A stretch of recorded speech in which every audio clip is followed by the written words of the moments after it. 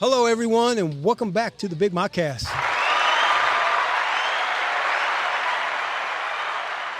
So, today we are sitting here live at the Newton. It's not live. Well, I mean, we're live. Well, I mean, everybody's recording live technically at that moment in time, Okay. but that doesn't mean they're live. That's true, but we are live, because if we weren't live, we wouldn't be sitting here doing this. Then again, that's not live, though. You're It is mixing up live. what live is. Okay, well, whatever. You know what I'm talking about. We're currently at, let's say that. So, we're currently we are currently in Newton, Yes. as we speak. This is the 4th of July weekend, and they have a tournament here. And I had announced it on one of our last episodes, a couple episodes ago, that we were going to be here doing this podcast because it is the Newton Mac's 75th annual Mexican-American Fast Pitch Tournament. And, this is really cool. There's a lot of people here. I haven't been here in like 2-3 years, but, man, I think there's more people here being that it is the 75th, you know? You remember back in the day coming to this? Yeah, no, we'd always come every 4th of July. Sometimes it actually used to land actually perfectly on the 4th where we would do fireworks after the games. Yeah. Just the last couple of years, it's been, weekdays that 4th is, so we have to do it like the weekend before. But, yeah, that's crazy. 75 years. I mean, that's ridiculous. Awesome. That means it was going on for 20 years before you were born. I know, right? That's crazy. Wow. You're right. That is. Yeah, exactly. I mean, it goes back to, your dad and all them. Yeah. Wait, were they part of the first one? Yeah, I don't think so. No, not the very first one? No. It was. Oh, nice hit. It was really, yeah. We're actually sitting here watching Los Indios against Newton Mac, which is kind of cool. Yeah. It's actually the team that I used to play for back in the day. It's been a while since I played. Actually, I forgot. Yesterday, I played in the Old Timers game. Yeah. Are you proud of that now? I am. Your body says, all right, I guess I am an old timer now. I guess I can say I can play in the old timers. Yeah, actually, it was pretty funny. Funny thing. So they're all setting up. They're all out there playing catch. I haven't eaten dinner, so we got here. The game started at, I think, 6:30, something like that. Something like that. And I had my plate, and I was getting ready to eat. So I decided, you know what, I'm going to go see if they need players, because I had said I wanted to play in this game. Yeah. But at the same time, I'm like, man, I think I'm still young, because a lot of guys that are playing are probably over 60, I'm guessing, right? You got as much gray as them. I probably have more. You know what? I think I have more gray than some of them. Oh, man. And so I went over and talked to a few of the guys. And so I walked over, and they were all some were sitting in the dugout, some were playing catch, warming up. And I looked at them and I said, "Hi guys, my name is Manuel Garcia, and I'd like to play in this game."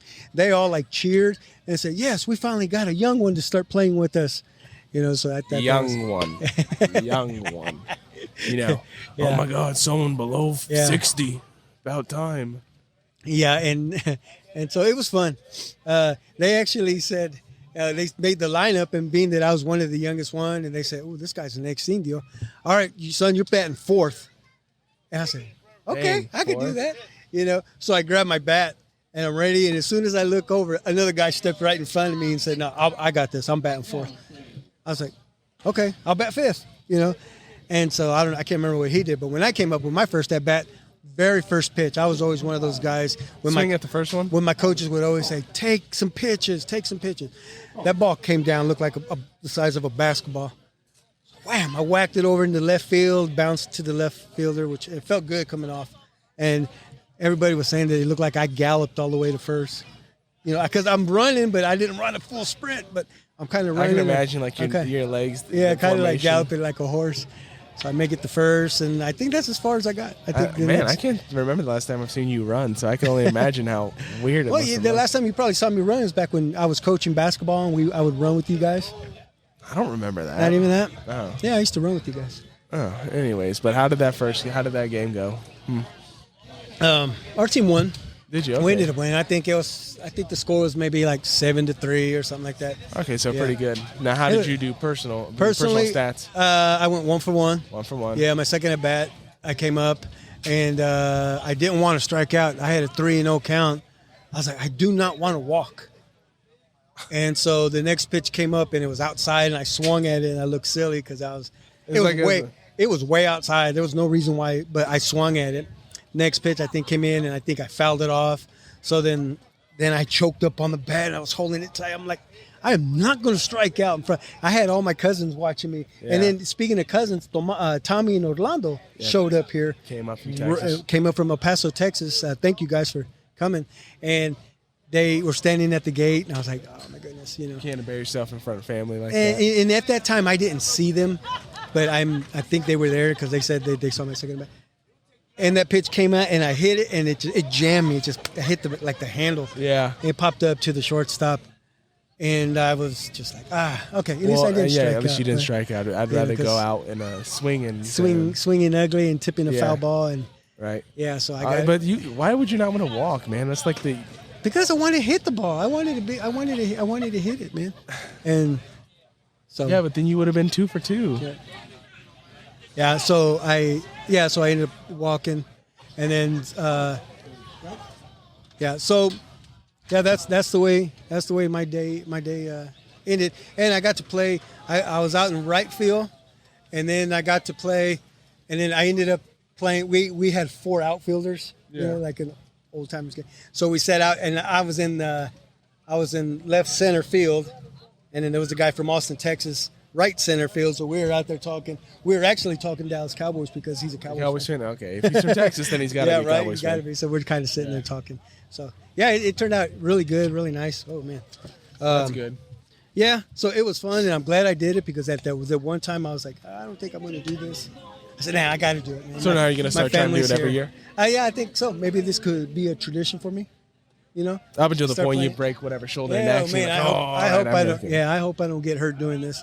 But, it was fun. It was a fun ordeal. Oh, that's so good. I'm glad I was able to play. Well, it was cool. Yeah. Well. So and Mom took some video and pictures, so I'll show you guys, you and your siblings. Yeah, well, hopefully I get to see it for myself next year then. Yeah, and then who knows? Hopefully we can do it. Maybe this podcast thing can kick off, and maybe we can get a lot of people to join us, and then they say, "Hey, come back next year. It was a good time." So we're here, like I said, we're here in Newton in the Newton Mac tournament, 75th annual, and it's going to be a fun one. Hello, everyone, and welcome back to the Big Modcast.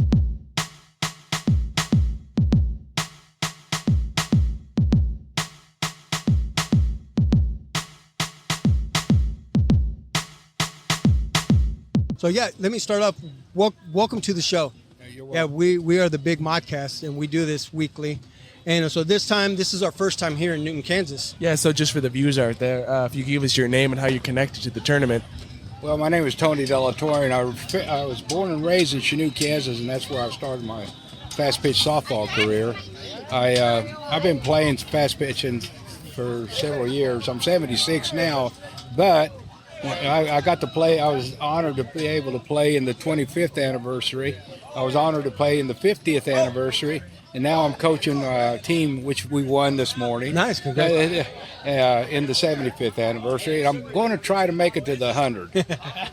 That's pretty impressive. It means you were just born a year before it started. Right, exactly. So by the time they got to 25th, I was playing quite a bit of ball. Do you remember the first time you played in the Newton tournament? Yeah. Well, I don't remember the first year. Okay, yeah. But I remember coming as when they had the ball fields behind the Catholic Church. Yeah. That's when they had the stadium over there, and that's when I was able to start playing ball there. So, but it's different because it's always been family. Yeah. I don't care who it is. I played basically with Chanute, but then I played with the Kansas City Indios at times and other teams too. But it's always been family. So whether it's here or any other tournaments that we've been able to have, it's always been family. Yeah. So it's been enjoyable, believe me. Yeah. Speaking of, you played with the Kansas City Indios. Of course, you remember, may rest in peace, my Uncle Johnny. Yes. Yeah, and you guys were pretty close, right? Yeah, we were very good. Well, he was actually when I left Chanute, I went to work for the police department in Ottawa, Kansas. Okay. And I worked for them for about 22 years. But during those years, your Uncle Johnny, he was working there, and also we got to be pretty close. And like I said, I got to be close to the entire family because I know Studi and everybody else. So, Okay. he was a great guy. I tell you what, we had a lot of fun together. And, I mean, he used to put the crap on me a lot of times when I'd make an error or something, but that's okay. That's okay. So, And you know what? He passed a few years ago, and he kept that mentality. Oh, yeah. You know, even with us, the younger generation.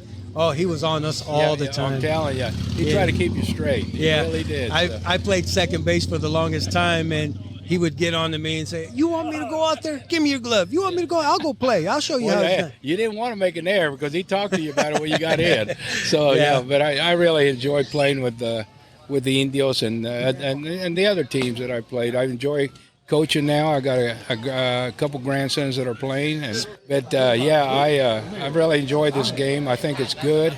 I think it's good for the kids and for everybody, for the communities. It's good. Yes.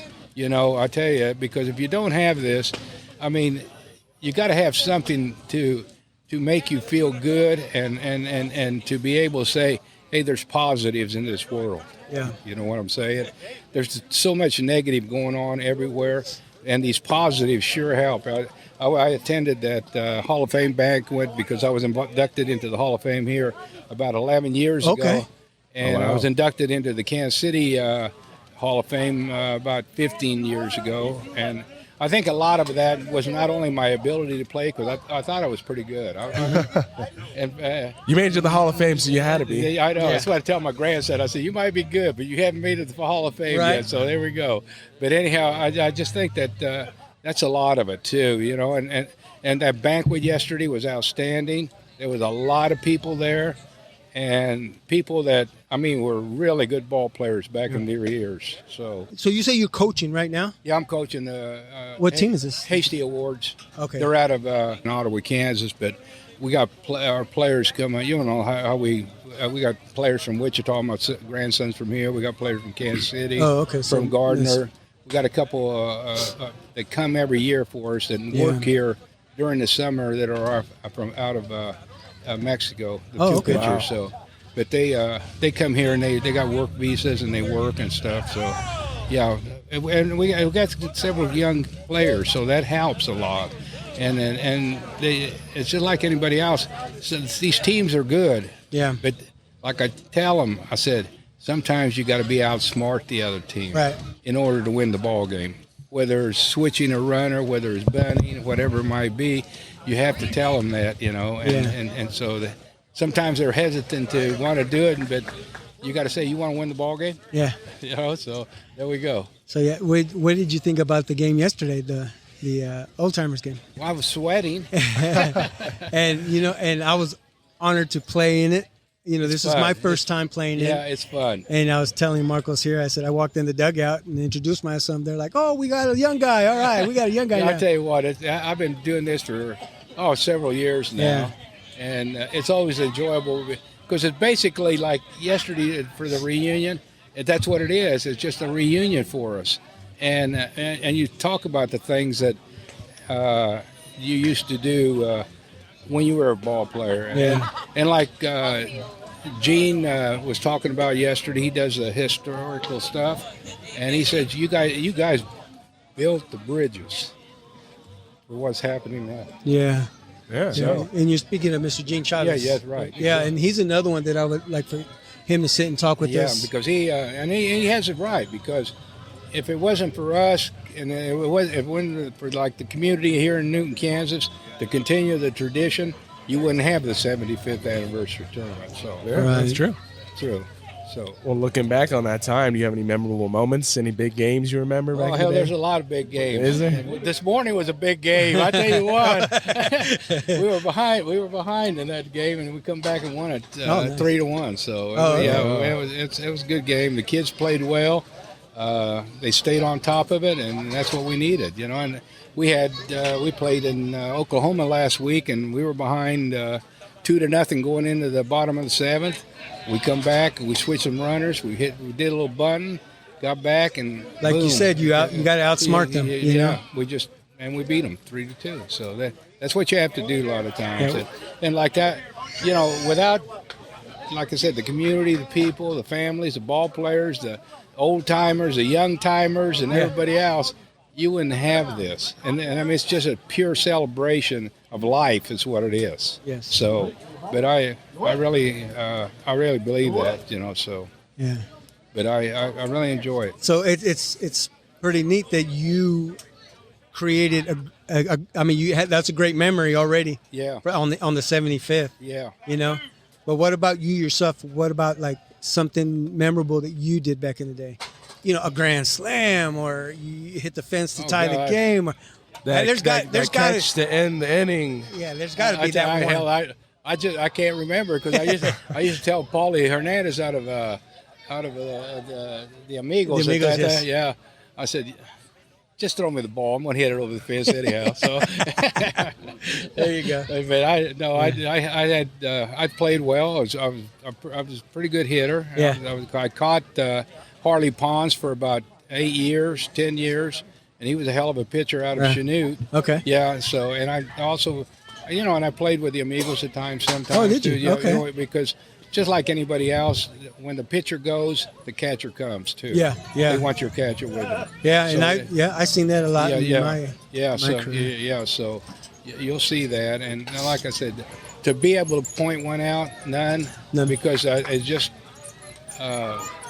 It's just all good. It's all good. Memories, It's all good. What was your favorite park to play at?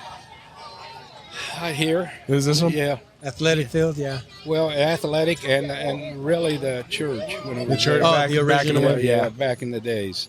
And but all the fields we played in have been pretty nice, but the most memorable has got to be this one because, I mean, there's no doubt about it. I mean, this is the oldest Mexican-American tournament in the United States. Back in the days, you had to be a Hispanic. Now they're allowing non-Hispanics, but not to allow pitching, which is good. But still, there's a lot of good Hispanic pitchers. I mean, there is, and so I think a lot of it is you have to go with the changes. Yeah. You know, and that, I mean, whether you like it or not, you have to go with the changes. As long as you can continue what we've been doing for these years, it's worth it. You know, so. But I think that's probably the biggest thing for me. Yeah. Well, thank you for joining us. Well, thank I you for appreciate being our first. You know, All right. I appreciate that. Well, I'm glad to be your first, and God, I hope we win first. There you go. Yeah. Good luck in the tournament. Yeah. Well, I appreciate it, you guys. Thank you yeah. very much. Yeah. Thank you so much, Tony, for joining us. Welcome to our show. Oh, thanks for having me. Yeah, so please, if you could, for the audience, give us your name and how you're connected to the tournament. My name's Danny Salas, and connected to the tournament. My dad played way back in the 60s, Wow. 70s maybe, and then I started playing myself maybe about 75, 76. And I started out as a third baseman and a catcher for the Angels. Well, really, I started with the Pirates, Okay. but then I went over to the Angels. Played with them a couple of years, and I don't know what happened, but they kicked me off. And tell you honestly, it was probably the best thing that ever happened to me. I don't think I'd ever pitched unless that happened. Oh, really? Yeah. So they had their older pitchers, and you know, it's kind of the way it starts off. You know? And when I went over to the Aztecas, see, that was my dad's team originally anyway. Okay. So when I went over to the Aztecas, they were from the Northeast area. Johnny Campos had them over there. And I went out over there because I lived over that way after I got married. Okay. And it was kind of easy for me to go to practices over there with those guys. And I really didn't know any of them. But I started practicing with them. And originally Mickey Cisneros, Tommy Garcia, Okay. They were supposed to be their pitchers. And maybe...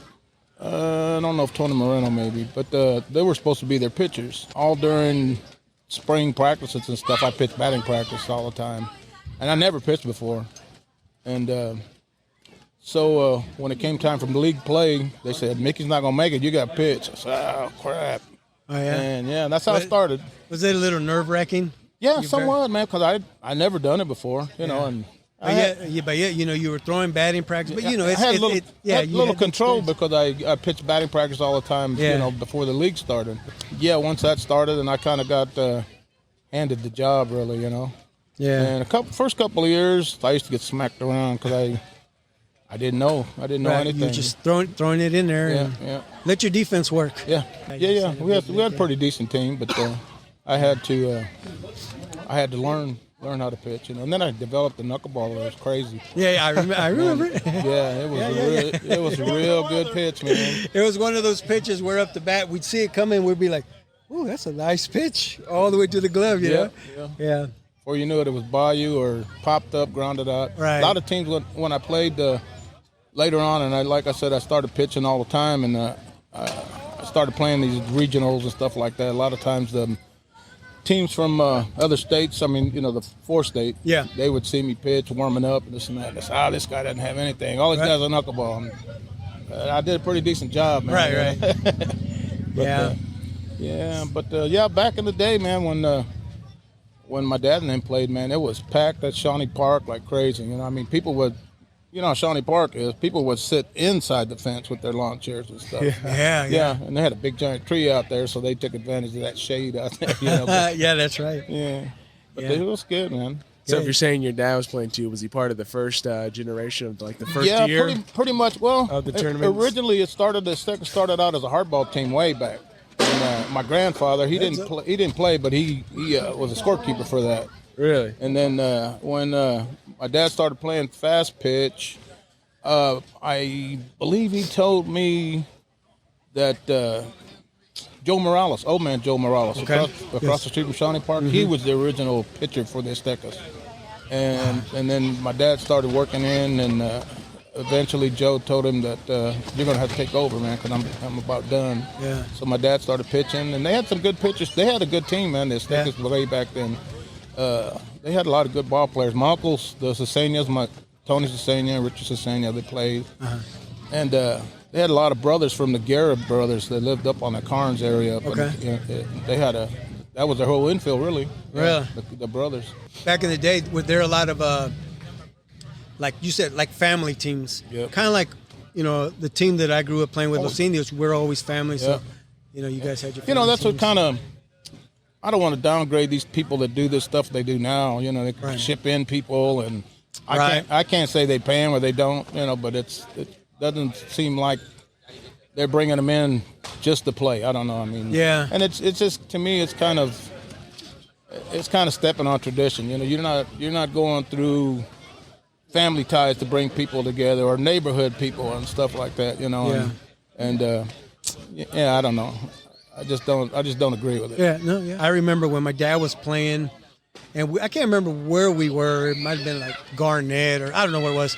And there was a ball team, and it was an open tournament, and there was a ball team, all white Americans. They wore the Baltimore Oriole uniforms, and I was like, seriously, the Baltimore Orioles are playing in a tournament? They just showed up out of nowhere. I was going to say starstruck. I was like, man, the Baltimore Orioles are here playing in a softball tournament. Yeah. I remember that. My dad was like, no, those are not the Baltimore Orioles. They're the Kansas City Orioles. I don't know if you remember that team. I remember them. They played down at Shawnee Park. Oh, did they? Yeah, they did. Oh, okay. See, I don't even hell, it might have been Shawnee Park where I saw them. Yeah, they played down there. I remember that. Yeah, okay. There were teams like them, Muncie Transmission. There was a team. Okay. There was a team of couple of older brothers. They had a team, and I can't remember the name of it, but they had another Weddell team down there too. But yeah. This is a good turnout here. Oh yeah, it's nice. Were you here yesterday for the festivities? Yeah. I made the Hall of Fame 2017. Okay. And got invited to come to this deal yesterday. It was nice. It was. I really enjoyed it. Like a banquet type of. Yeah, dinner? a brunch somewhat. Yeah. Okay. It was 11:30 start, so it was like a brunch. But there was a lot of guys there, man. Yeah. I'd have to say 60 guys, Hall of Famers or whatever. Hall of Fame, right? There was a lot of people there. It was pretty good. Yeah, that's cool. So what keeps bringing you back every year?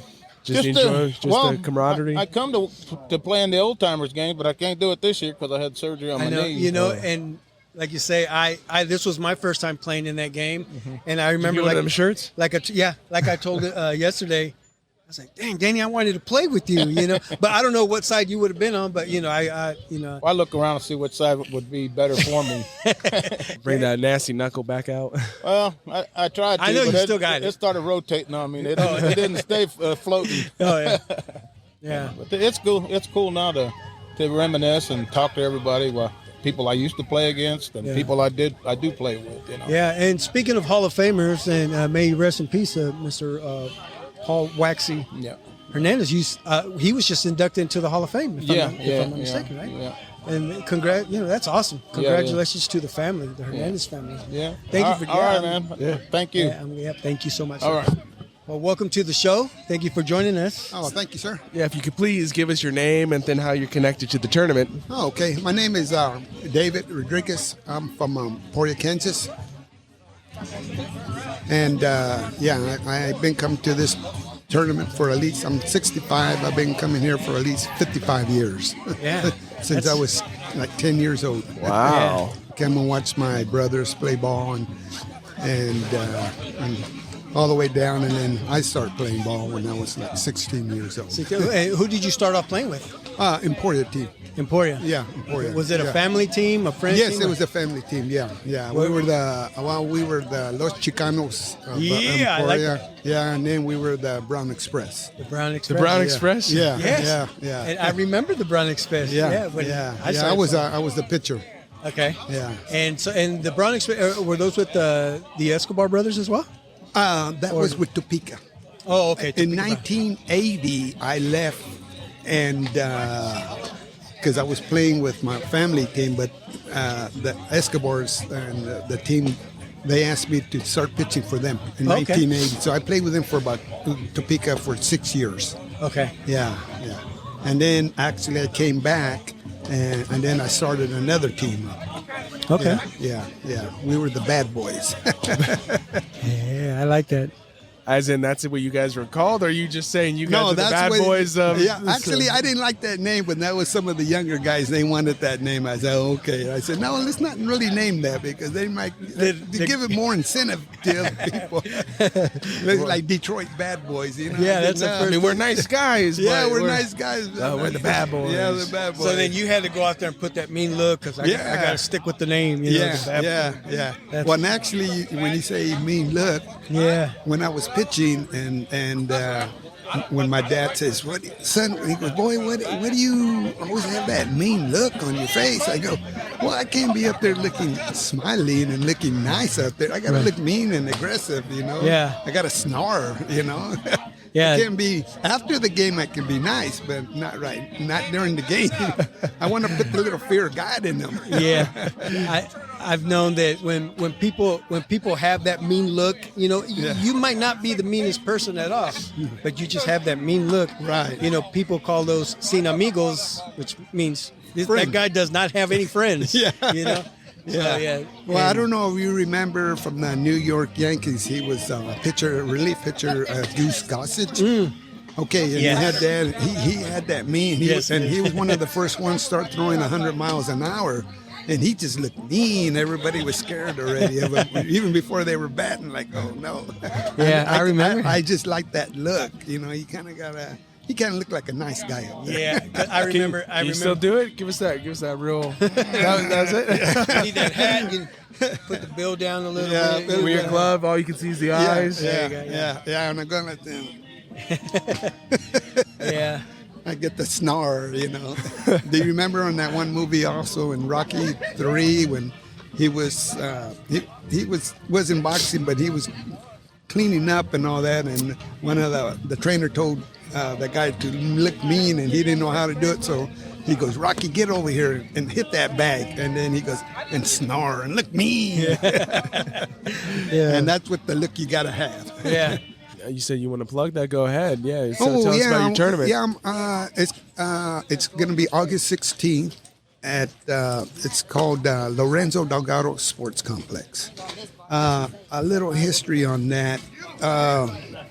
It's the same story like everybody else here when the Mexicans came back in 1900s too, and they lived right there on the south side of town by the tracks, and it was named before it was called Santa Fe Park.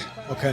And 3 years ago, I officially changed the name to Lorenzo Delgado Sports Complex. Okay. In Emporia, it's bigger here than Newton, though, but yet you don't change the name of a park at all, let alone to Hispanic.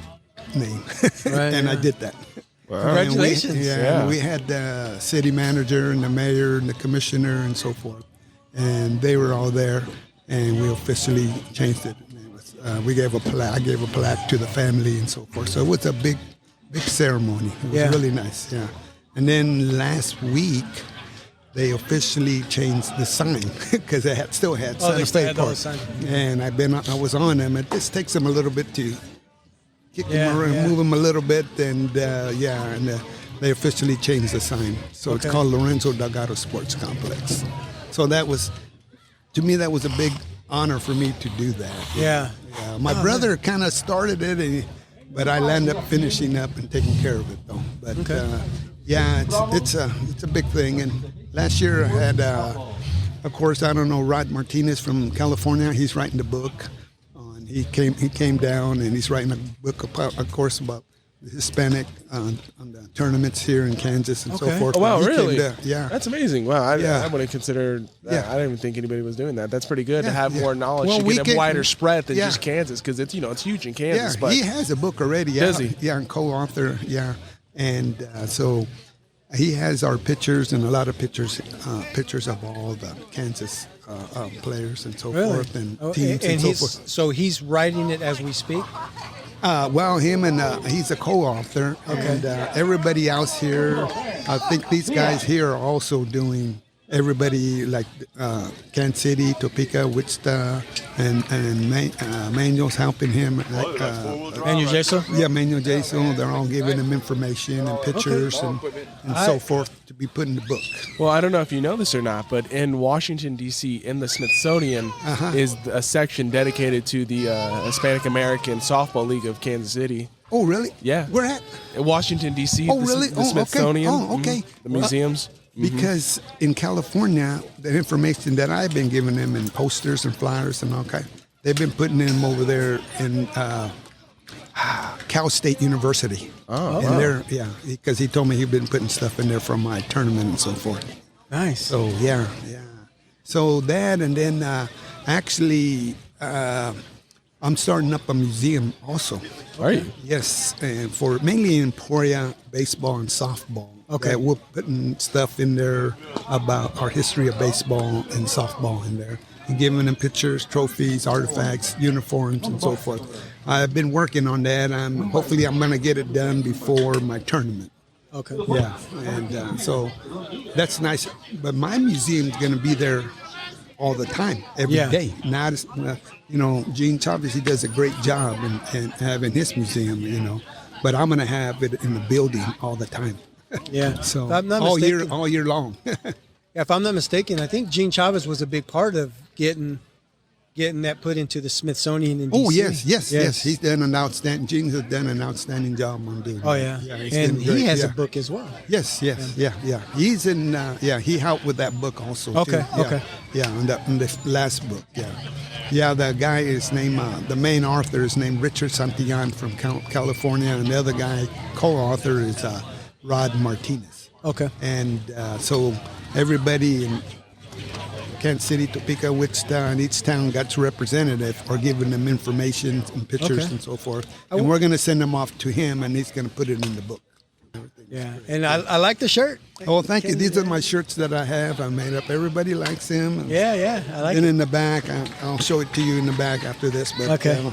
called the Latin Legends. Latin Legends, yeah. Yeah, so that was. I got some hats also. and I so like forth. that. The Latin legends, the Chicanos, the Brown Express. You the keep. kind of Mexican. Yes, yeah, I like yeah. that. That's Yeah. the way to do it. Yeah. It shows a lot of power. It's like, man, I can open up a lowrider magazine and see you guys' pictures in it. yeah, there you go. That's cool. Yeah. Well, yeah, but thank you for joining us. Oh, I well, it's my appreciate it. pleasure. Thank you Yeah. very much. You guys are doing a great job here. Oh, thank you. Yeah. Well, welcome to our show. Well, thank you for having me, man. So if you Appreciate could, please give us your name and how you connected to the tournament. it. Okay, my name is Chris Rodriguez, and I'm originally from Emporia. And back in the day, I used to play a lot of softball. We were young, and we had barrios that played there in Emporia. Small town, but we had. It was always behind the church and the Catholic school. And that was called neutral ground. Yeah. So we had La Colonia, Las Casitas, West Street, Chestnut Street, and East Side.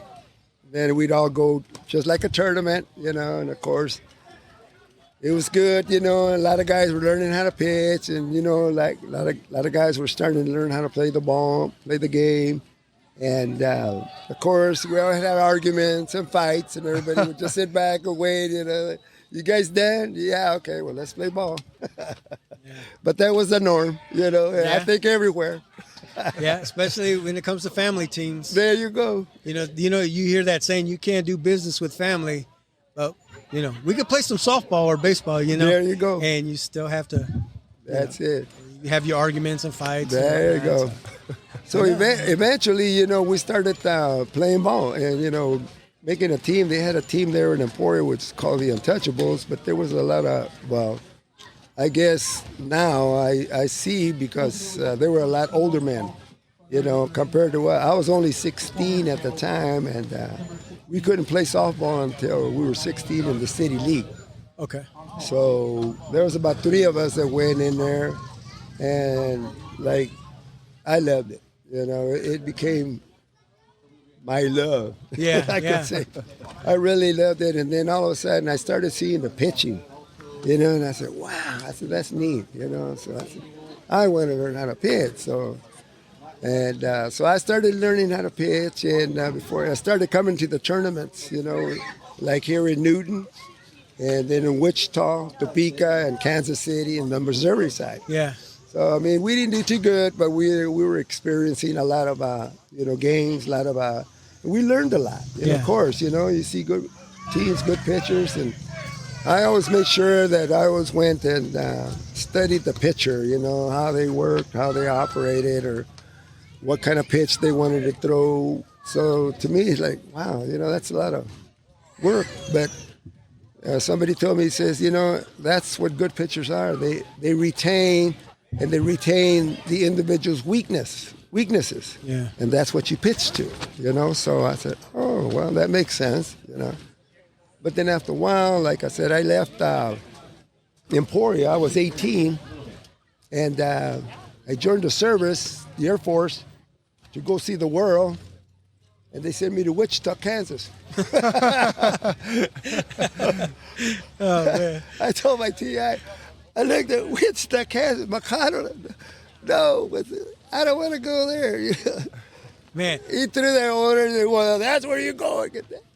Wow. It couldn't be Wichita Falls, Texas. Well, yeah. It was Wichita, Kansas. That's it. So here, when I got to Wichita, I knew a lot of the guys here already, so we had a younger crowd too, and at that time, Luis Ramirez, he was coaching us, and they were from the north side, and we were called the North End Merchants. So we had a nice little club and all that, so we were called the Spoilers. We could beat a good team, and then the next time a team that didn't know how to play ball, they beat us, So you were either spoiling somebody's hopes, or you guys are getting spoiled. Or we got spoiled, they spoiled ours, So I said, well, that's the way the game goes, Yeah. So, but then you start learning that, hey, you play ball no matter who you play. Right. It's not, oh, well, we can beat him, it's no problem. You go in with that attitude's going to stay with you. Right. So. But anyway, after a while, I finally left, and I got orders to go to Vietnam. I went to Tan Son Nhut Air Base in Saigon, in South Vietnam. Okay. And that was in 1967. I stayed there to 1968. Then they transferred me over to Korat, Thailand, which is right next door, more or less, the country. Yeah. And we had about 6 bases there because we were supporting North Vietnam and everything. And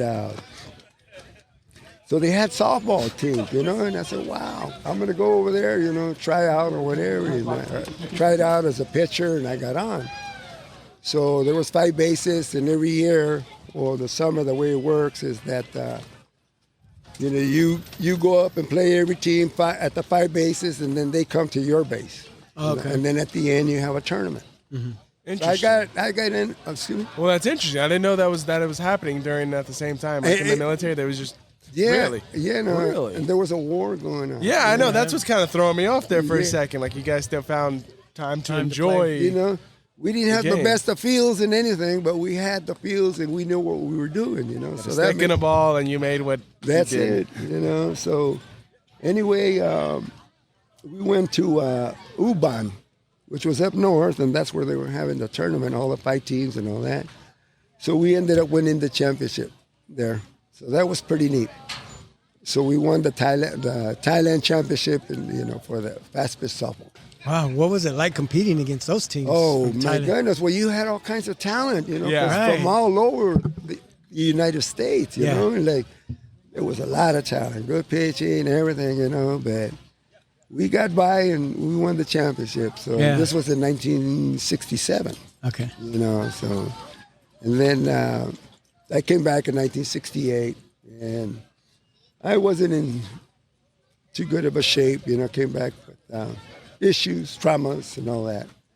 But then finally, I moved to Tucson, Arizona, and ooh, my goodness, that was softball capital, I thought, of Really? the world. Oh my God.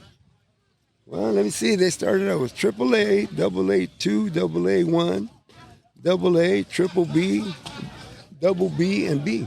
And each league had about 10 teams. Wow. There's a lot of And softball. yeah, and then there was other teams that just played in different leagues. Like back in those days, a lot of the vatos wanted to be just in their barrio. They didn't want to leave it. They wanted just to be there protected or whatever. Yeah, just play there. And of course, they wanted to make their barrio number one, so they really put it all out. When they played ball. And so that was good. So that was neat. And like I said, finally, I started from the bottom, and then finally I made it to AAA. And I mean, that was some heat up there. Back when my dad was playing, if the team was traveling, he couldn't because he was working at the railroad. Right. So, I mean, he didn't travel to Newton, Emporia, Hutch, but there was always a tournament in town. Right. So some of the teams would ask him, hey, can you come play with us? Since your team's going this way, can you play with us in this? So that's how much softball, there was back in the day. Right. So that was neat. So that kind of ended all up, and I had to go to Atlanta, Georgia. Atlanta. I said, Atlanta, Georgia, what's going on down there? I said, well, I had just got downsized from my company, the Century 2, which is a telephone company. So I played a little softball over there, and I was still about maybe 47, 48. And I was trying to keep myself in pretty good shape, and I had some good knees. I could run like a rabbit. Yeah. So. Wow, you're like the Johnny Cash of softball. You're just everywhere. I man. know. That's what I was like, God damn! I didn't realize there's so many different places playing softball. I never heard of fast pitch softball in Alabama. Yeah. Or Atlanta, Georgia. Or, Yeah. That's cool. That's So it's good, that was a different experience. You Yeah. experienced a lot of that. And so. good for you that you were able to do that. Right. And then overseas you got to play. And overseas, exactly. And you, speaking of overseas, thank you for your service. Thank you, man. I Yes. appreciate yeah. that. Yes. Thank you for your service. I That's appreciate that. awesome. That is an amazing story. Seriously, Well, thank you. Yeah, it is. It's a weird. It's interesting. It's literally a life of softball. Like it's a traveling story of softball. That's the crazy part. Military and softball. I mean, that's crazy. Again, like I had no idea that was even like a part of it. Especially the 1960s and then Vietnam. Like that's a story you're never gonna hear is when you're talking about the wars. That there was a softball league going on at the same time. So I can tell you, thank you so much for sitting with us. Yes, no, Thank you. Appreciate it. And We've got some great stories. And Okay. Okay. Well, thank you for having me. And I appreciate it. Yeah. Okay. Thank you so much. Thank you. Gentlemen, welcome to the show. Thanks for having us. Yeah, appreciate you guys are here. Yeah, if you guys could please give us your names and how you connected to the tournament. I'm Rico Garcia. I think this is my 21st year playing. How you doing, Rico? Yeah. I played a couple years with the Banditos. Well, actually, my first year when I was 15, I played with the Pirates. I'm pretty sure they came out here. I don't remember. It was at With Ralphie's Ralphie's team. Yeah. Then years with the Banditos, 2 maybe 3. And then I think 2005 was my first year with the Indios, so Okay. that'd be 18 years, I guess. Dang. Since I was 17, 16, 17. No, I think I was 18 because that's when Julie got pregnant, basically. What a good way to remember right there. No, I was 19. How old is my son? Let me count backwards. How old are you again? Yeah. So yeah, this would be my 17th season with the Indios, actually. Yeah. And I'm Albert Garcia. How you doing, Albert? Good. How are you? Good to meet you. Albert, you want to pull that a little closer to you real quick? Yeah, there you go. I used to play with the Kansas City Indios. I played with them for 21-ish, Was it 21 years? 21 years, something like that. Yeah, Hey. I've been retired for, I think I'm going on my 9th year. So I haven't played in a while. Yeah. But I still like coming out here looking at these guys, Watching them play. Funny because we can still call them the young bucks, but yet Yeah. they're old. They're all getting old. Now the younger ones, Yeah. Yeah. little Rico made his debut today. Did he? Yeah. Yeah, he got to play second, couple innings, and That's one awesome. at bat. Yeah. It was kind of cool. So you know, age requirement? Huh? Is there age requirement? I don't. I think so. it's like 15. Is it? Yeah, I think it is now. Yeah. Yeah, So he's 15. he's 16. Okay, so we're all Okay, good so we're anyways. legal. Yeah, we're good. We're good. He's 16 today. Today's his birthday. Well, oh, speaking of birthdays, happy anniversary to Jaime and Donna, which has nothing to do with birthday. 35. Well, okay, I just had to put that in a there. day remembering, I guess. I know, yeah. She'll tell you she's been here 35 years. She's been here 35 years. 35 years. Donna been Coming here. Well, they get married when they were here. something like that. They got married on a Friday, and I think then they ended up coming out here to play. Yeah. They said, They kinda "Screw the came out. honeymoon. This is the Yeah. honeymoon." Can you imagine him meeting Donna out here in Newton if she was from Newton? All right, you guys go. Where'd you meet your wife? Kansas City? Both of you guys have Newton girls, Yeah, I right? know. Yeah. Yeah, I met my wife here. See, you see what this tournament did? Yeah, see, it's its fault. No, I'm just kidding. Yeah. I had to marry a softball. Yep. Woo, that the was close. softball I thought you were going to say a sophomore. Where's my bell? I thought you were gonna say a soft girl. No, I had to marry into I'd a, rather than a hard one. So, I had to marry into a softball family. That way, she knew what she's getting into? that I like to Yeah. play. Right. Yeah, and it's funny because Your bats will become my bats. That's how it works. I remember seeing Julie back in the day And too. see, now I'm cousins with Rico's wife from my wife's side of the family too. So see, it's weird. Okay, let's not go Yeah, too yeah, far I know. into it because we're gonna start Here we go, realizing that some again. things and it's gonna get a Yeah, whole. Because Me and Mario or no? that can turn into the way we're related. You're Yeah. my uncle. You're my cousin. Cousin. It's crazy. So you know what? Let's rewind real quick and go to Rico. So you said, was that your first championship team that you played with? Was the Banditos? Yeah. So that was the year that played the Kansas City Indios. Yeah. What year was that? Do you guys remember? I want to say 2004. 2004. It might have been 3, but I think it was 4. Yeah. Yeah, because I think I was getting ready to be a senior in high school Okay. that year. That was pretty fun because we lost our first game That's right. and we won like 10 or 11 Yeah. games You guys- in a row. You guys were on a freaking roll Yeah. that year. And I remember it was funny because we were playing Yeah. our games, but we were like, what, Man, they what are won the, again? What are the Banditos won again? I mean, you guys balled out. Yeah. You know?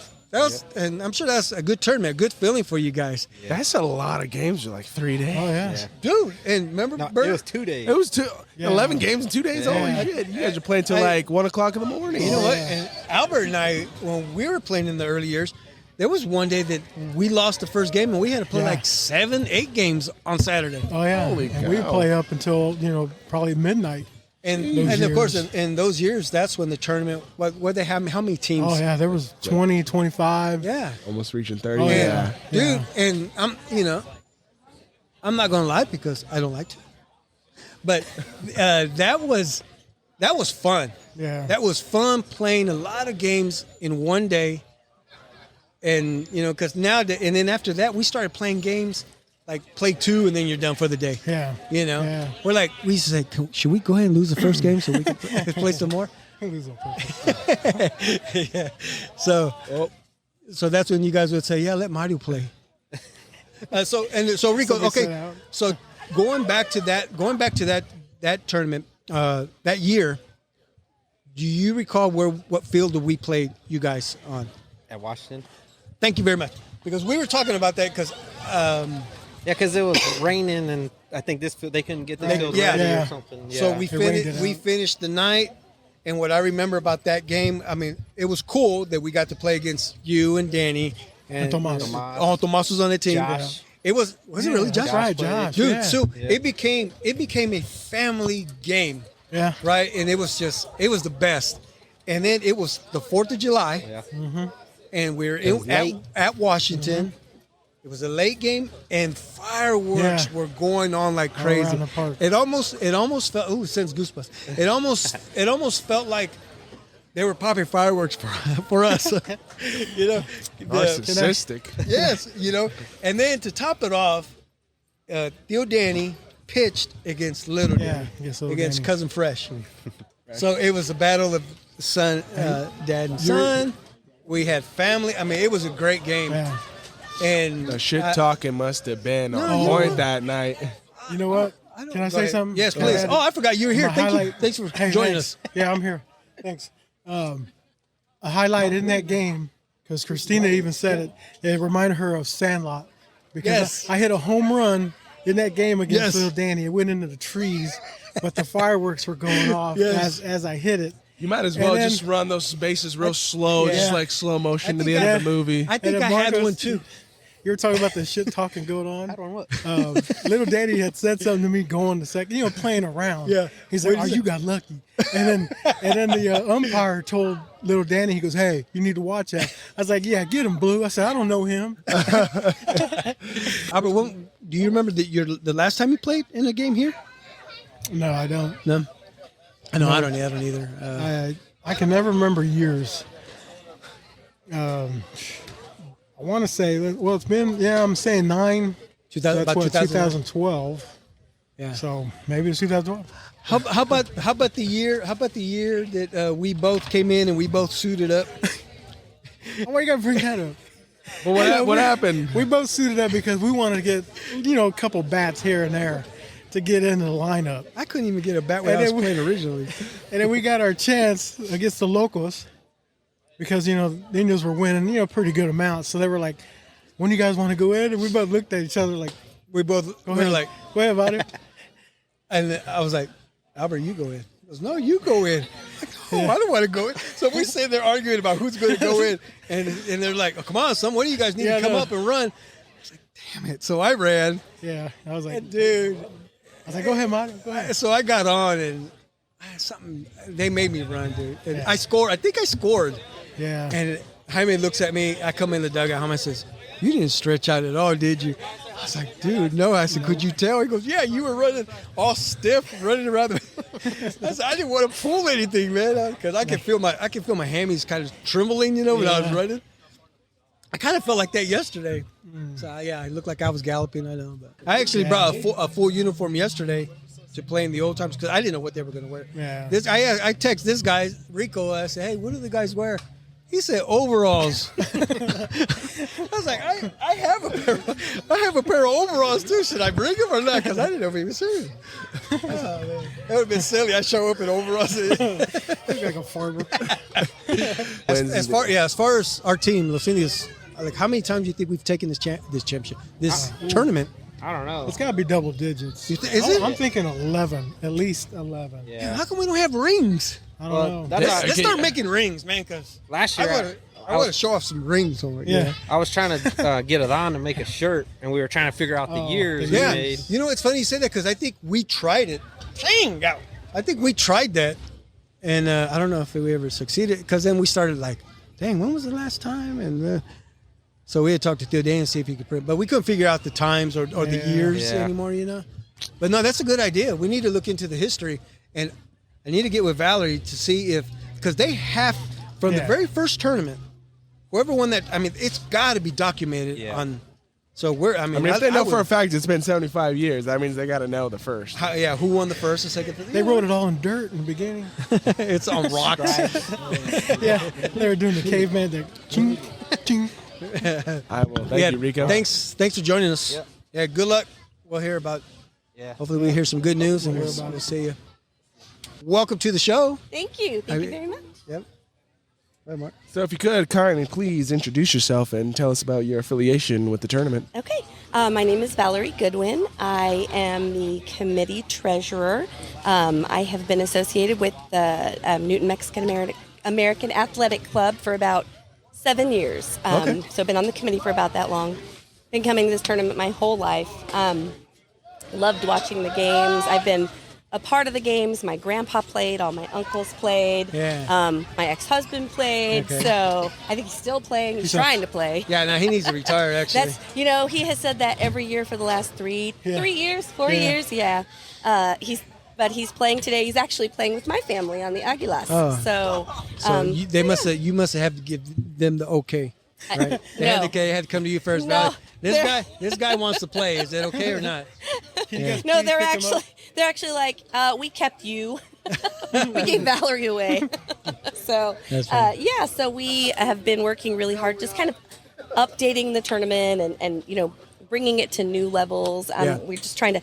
Todd's been our director for 3 years now. Trying to get more teams, trying to bring more teams from out of state, out of town. So it's been good. Wow. So what's the process that goes into that? I mean, he literally has to make phone calls. He does phone calls. Wow. He travels. Cold calls. He does cold calls. He travels. Gil Solis, I believe, is a very big mentor for him. Okay. And so he talks to him on the daily. They talk about all the different teams. Where do we want to get teams from? What kind of things do we want to, where do we want to go? How do we want to pursue this? So they travel actually quite a bit on their own dollar to go to all these places to bring these teams to Newton. Wow, that's pretty cool. Yeah, it's very special to everybody. You get to go out of town, watch some softball, and say, talk to them and try to bring them here. Yeah. So how many, if you can tell us, like how many teams from out of Kansas, out of state? Okay, so we have Colorado is here. KC, Missouri. We also have Texas, 2 teams from Texas, Austin and San Antonio. I think that might be it. Kansas, Austin. Yeah. So we've got surrounding area. I know that they wanted to go. They've got big dreams. They've got big aspirations. Yeah. They would really like to take the team to Mexico. They would like to take the team to more teams and more tournaments in Texas. Yeah. So they're going to start. They've actually started fundraising more for the team. The Adrian, Ernie, and Gabe Lujano have been helping with the team, so they're going to start running like golf tournaments and square fundraisers and all the things. Tournament. The first annual golf tournament, right? Yes. It's September 16th. Yes. That's awesome. Yeah, we're really excited to help them kind of go this new direction. So it'll be good. Yeah, Mark, maybe you can get a team together. Come here and play. I'll sponsor you guys. Can I play? No. Don't let him. Oh, come on. I don't know if you want all these softball guys out there playing golf. Their swings are going to be horrendous. No, or these guys would be like, I'm going to hit this ball far. And that was my thing. When I played golf, I'm like, I want to hit the ball far. I didn't hit it very far when I was playing softball. Maybe a golf ball I can hit a little further. There you go. There you go. They were talking about it because we meet. We start meeting for the committee. We start planning for this tournament in February, March. So they started talking about the golf tournament then, and I was like, they're like, oh, maybe the committee should get a team. Yeah. They're like, girls, you guys should get a team. I don't play golf. And so they're telling me about it, and they said something about a mulligan. I was like, what's a mulligan? They were like, well, that's when you mess up. And I'm like, oh, I can mulligan. Oh, can I mulligan? Oh, okay, a team of mulligans. You get one. I see that here. It says your registration includes 5 mulligans. I thought that was a beer. I was like, what's a mulligan? It sounds like a beer. Is that like a Heineken? Yeah, like a Heineken, a mulligan, and then a yellow T-shirt. I don't know. Yellow T-shirt. What's that mean? No, I'm pretty sure. So it's like usually depending on the course, there's different tee blocks that you can hit from. So usually, I'm guessing that yellow is probably their mid range or closest. Like that's just usually how it goes. Yes. And a whole buy-up. You know what that means? Whole buy. A whole buy-up. Whole buy-up. I think that has something to do with like you can you can sponsor the hole okay. and like you could have certain strokes. I'm not for so sure. like say for one like on a par 3 make a hole in one, you get a deal on something. Yeah. Something like that. Oh, I thought it was kind of like a hole. Let's sponsor a hole. We could set up the podcast at hole number 7, and we just sit there.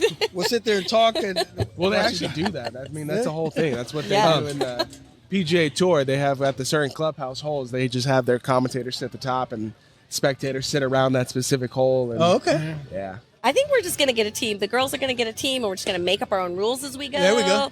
We're like, okay, who can get it in less than 15 shots? Let's go, girls. We got this. Yeah. Well, that's cool. Yeah. Your first annual. That's awesome. Yep. Saturday, September 16th, 2023, 9 a.m. Yes. Wedgewood Golf Course, Halstead, Kansas. Yes. It'll be good. It'll be good. Yeah. If you can recall, when was the last time a girl played in this tournament? You know, I think there is a girl playing this year. Yeah. So I didn't gotta get her on. Yes. I didn't know that. Yeah. Yeah. The family, the Torres family. Okay. So last year that a at the rule? tournament. Yeah, it's actually open. Yeah. It's Oh, it's open. yeah. Yeah. Huh. So Who wants last to year, play with a bunch of old dudes? Maybe that's it. Tell me she's a pitcher. she is a pitcher. Oh, we gotta find. She is a We pitcher. gotta find her.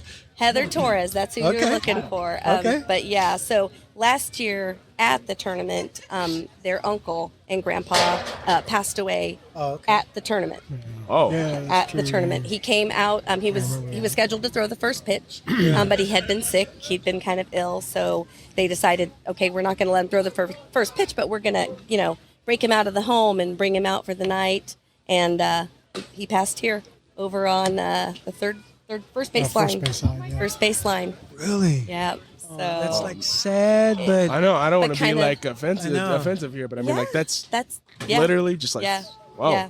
So they couldn't think of a better place for him to go. Yes, It's exactly. at the ballpark. That's exactly at what I the was ballpark. thinking. So, and then just recently, within the last few weeks, they lost an uncle, Gordy Torres. So, and he was a big part of the tournament too. Yeah. So they put a team together. They've got girl cousins, boy cousins, all kinds of people. So the Peabody Angels. Peabody. Okay, we're gonna be Yeah. looking for the Peabody. Yeah, Angels. if I run into him, I'll tell him come over and say hi. Hopefully they're still playing. I mean, Yes. you got to win some games to keep playing in this Yes, tournament. yes. So Yeah. she's played before. Heather's played with us before. So Okay. yeah. Did you play any softball? I No? played a little bit. I wanted to pitch, and then I realized how much work was going to have to go into it. Right. So I was like, I'll catch. And then that was work too. So I was like, okay, Definitely. I'll watch. So right field, they just kept getting less and less. I mean- I'm a watch. Yes. Like I grew up playing baseball, and then my dad was a catcher, so I'm like, you know what? I'm gonna try catching. And being a catcher, you're part of the game. Yeah. The whole Oh, time. oh, and Albert can absolutely. speak for that too, because Albert was a catcher, so Yeah. you're involved in the whole game. Oh, absolutely. You're like the quarterback. You're Yep. controlling the game. Yep. So yeah, a catcher Absolutely. position has always been a great position to It's a play. good so, yeah, position. How are your knees these days? Mine are shot. Shot. Yeah. Like I don't know if you watched the game yesterday, the old timers game. Little bits of it. Yeah, I got to Little play in bits that. of it. Oh, good. Yeah, I remember I I told you wondered. I Yeah, I wanted- wondered if you had made it. Believe me, I got here and I was like, should I? No, should I? And I'm like, wait a minute, all my cousins are here. Yeah.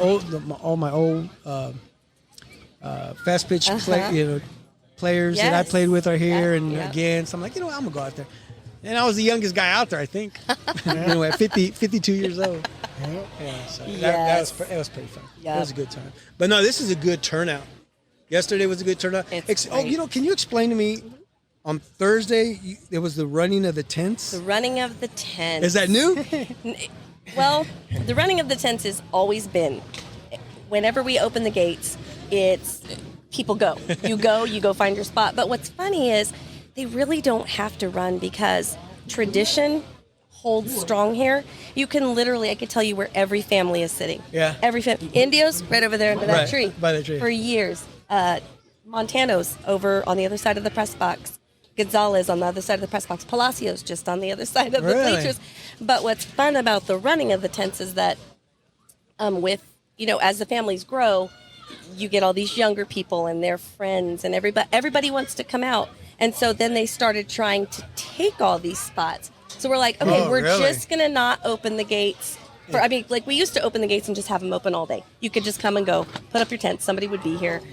We decided, nope, that's just not working. So we're like, okay, we're going to set a time. So last year, we set a time. We said 6 o'clock. Nobody's getting it before 6. Well, my Uncle Stan, the president of the committee, such a softie. He got here at 4:30, and there were people, and he's like, "Oh, go ahead, go ahead." So guess who got the brunt of that? No way. I had people messaging me. You said 6 o'clock. So We lost our we spot. lost our spot because of you. So this year we're like, nope, it's going to be 5 o'clock. 5 o'clock. So I got here at 4, and there were already 15 tents lined up outside the fence. All kinds of people. There was music. People had their coolers. and then we told them, we were like, okay, we're going to open the gates in like 3 minutes. Everybody came, scrambled, got their tents, opened the gates. They took off. It was so great. It's like, because I watched it. I didn't watch it live, but Right. I saw it posted. I was like, oh, this has to be hilarious. It's funny. And then It's there was so a funny. count 10. Yep. No, it was fun.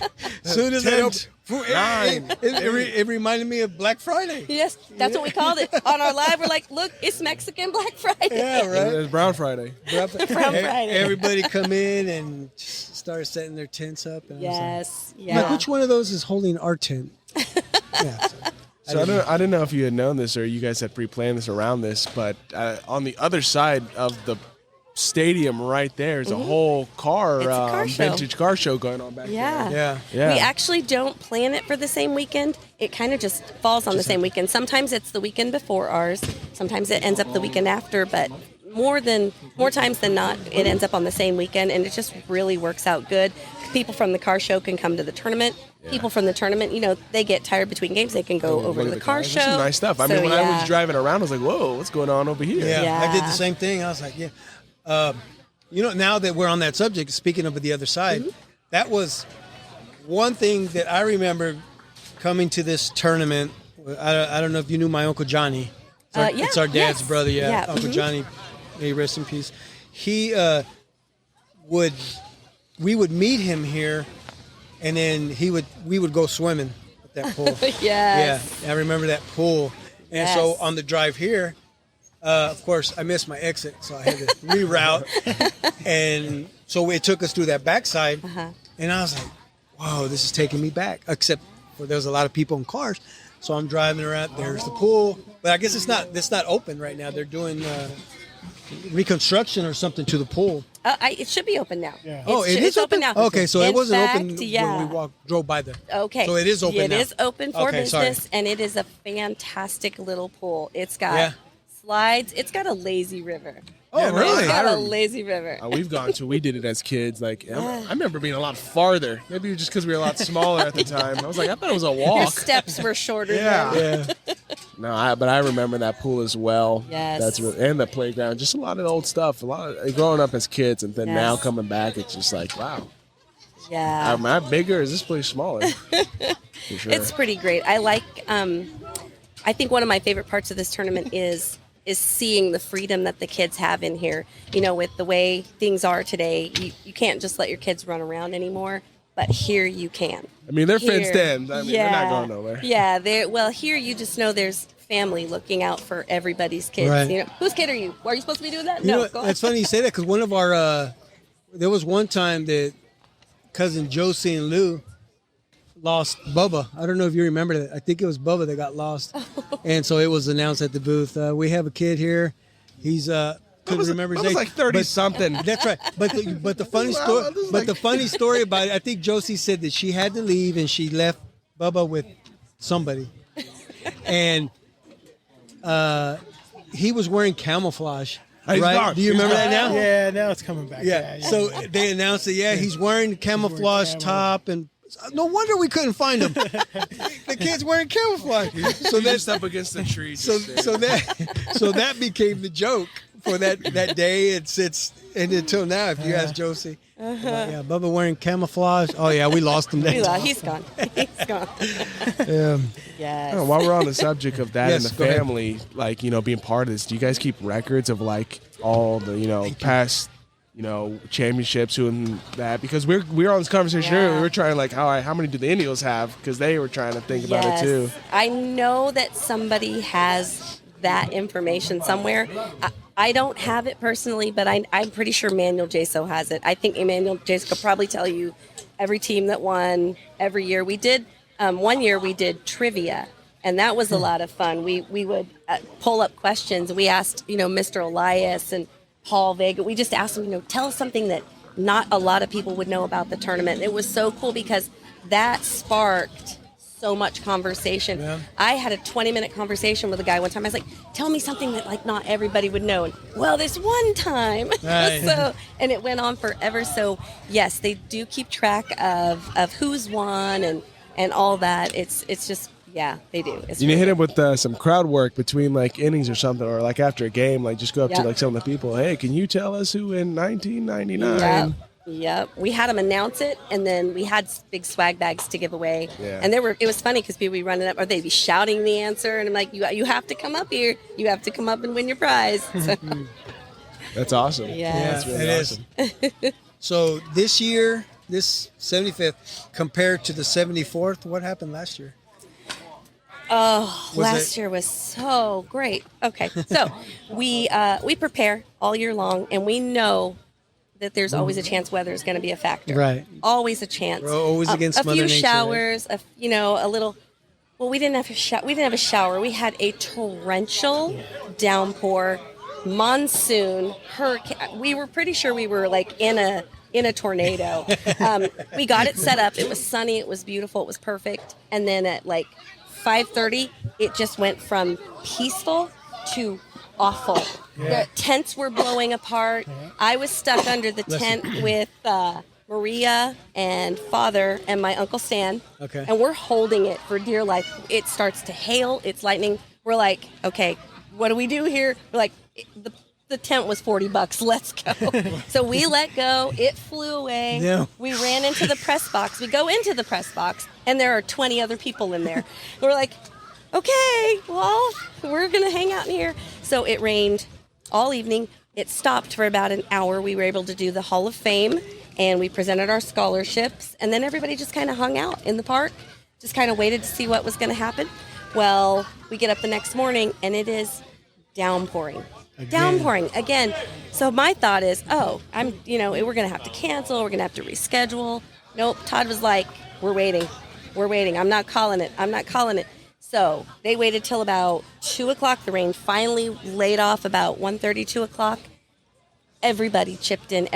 They were working the fields. They were pulling water off. And he looked at everybody and he's like, you guys want to do this? Like, if we do this, we're going all night. Yeah, and everybody was like, yeah, we haven't done this in forever. Yeah, I cannot believe I agreed to that so quickly. Right. So we were out here until 4 o'clock in the morning running games. Wow. I went home for an hour and a shower and then came back to the fields at 7 o'clock and started the next round of games. And we were done at a decent time, 6 o'clock in the evening, so 7 o'clock.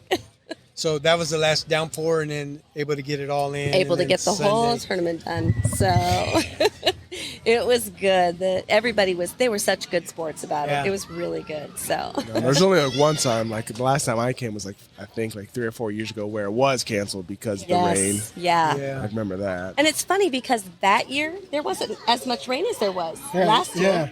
I think the fields are better now. Yeah. I think they redid the surface dirt here. Yeah.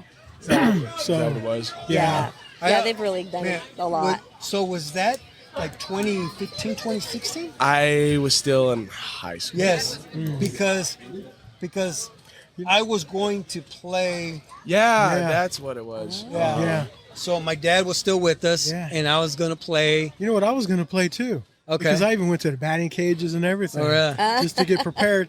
And thank God it rained. I know. Right? I was like, oh God. And and I wish I kind of prepared. And my mom and dad were excited because, wow, okay, we're gonna get to see you play again.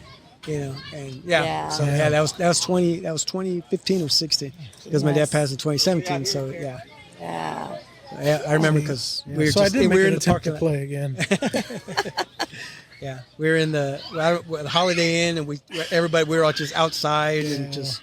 Yeah. In the rain, just watching the rain going. Yeah. So. Yeah, it's good stuff. It's good stuff. It's just it's one of those things where you look forward to it all year long. All year long. It's okay, we're going to do this and we're going to be there all weekend and it's going to be so great. And I've been here as a child, as a teenager, as an adult, then with children, now my grandchildren, and it's just I love it. I love Everything about it. exhausting minute of it. Yeah. And this is, I mean, the only tournament that's still going on. Yeah. Since, And it's funny because every year they talk about, it's always a thought. It's always, hey, should we open this? Should we open this? Right. And ultimately everybody goes, nah. This is why we are what we are. Yeah. This is tradition. So no, we're not going to Not open gonna it. happen. So yeah, it's not going to happen. Oh, Good stuff. It's cool. Yeah, it's a good time. I mean, good weather. Perfect. Thank you for the tent. Of supplying course. the tent. Yeah. Yeah. Absolutely. We're so happy to have you guys here. We're Thank you. excited. Thank you. Did you ever find Paul Vega? I have not seen him, but I'll go look for him. He's right over there. Okay. Underneath that blue tent. Yes. Yeah. Okay. Go get him. I know him, and then I think I'd like to speak to Mario Escobar as well. Yeah. He just walked by. not too long. Yeah, he's right there. Our first pitch, my uncle is the one that threw out the first pitch. Okay. And he saw you guys over here, and Okay. he would love to sit and visit Please, with you. if he can, yeah, let's So- do it. Oh, Manuel, right? Yeah. Yes. He's like, I got stuff to say. I'm like, oh God. There you go. Oh, I want to hear this stuff. Oh Lord. Yeah, he needs Yeah. to come over here. Okay, Yes. let's make it happen. All right. Well, I'll go Yeah. find you some more people. Okay, I appreciate Thank that. you, guys. Thank you for joining us. Thank you. Thank you so much. Welcome to our show, sir. Glad you're able to join us. Thanks for inviting me. So if you could please introduce yourself and tell us about how you're connected to the tournament. Well, I think I'm the only person that's been to all 75 tournaments. Really? And it is an honor to have you here, sir. My dad was one of the founders in '48. Uh-huh. I was 8 years old, and so I came to that tournament, was chasing foul balls for a piece of bubble gum. Okay. And my dad played also. And so then I played, and my sons have played. Okay. And I guess that's the relationship to the tournament. Yeah, no, That's good. it's the whole And- tournament. Yes, and Yeah. ladies and gentlemen, we are speaking to a legend with this tournament. His name is Mr. Paul Vega, and it is, like I said, it's an honor to. We tried to get you over here. We couldn't find you. It was like, what's this? Where's Waldo? Where's Waldo? I was Oh, like, okay. yeah, where's Mr. Vega at? Where's he hiding at? So luckily we found you, and you're Yeah. able to join us. But yeah, being you played in, you said you played in this tournament for 75 Yeah, years? So yeah, I pitched. what was the very first one like? Do you recall? The first one was probably in 1960, 1960. and I sat the bench. Oh yeah. And that's one of the things. In those days, you came out for the team, and you usually had to sit the bench for Yeah. a few years to get on. A few years? Damn. I was my dad played first base, so when I came out, I played baseball in high school. Okay, so you're a baseball player. Yeah, and so I pitched and played first in baseball, and so then when I threw my arm out, so then if that had happened nowadays, they probably would have had Tommy John, and maybe who knows what would have happened. But Yeah. but in those days, you're done. So after that, I came out for softball. My dad had already retired playing, so then I was playing first. The guy in front of me was about 10 years older than me, so meaning he was 28 or 29, and I wasn't going to beat him out. So I said, well, I pitched in high school, so maybe I can learn how to do this. Yeah. So asked around, and the pitcher from my dad was Joaquin Estrada.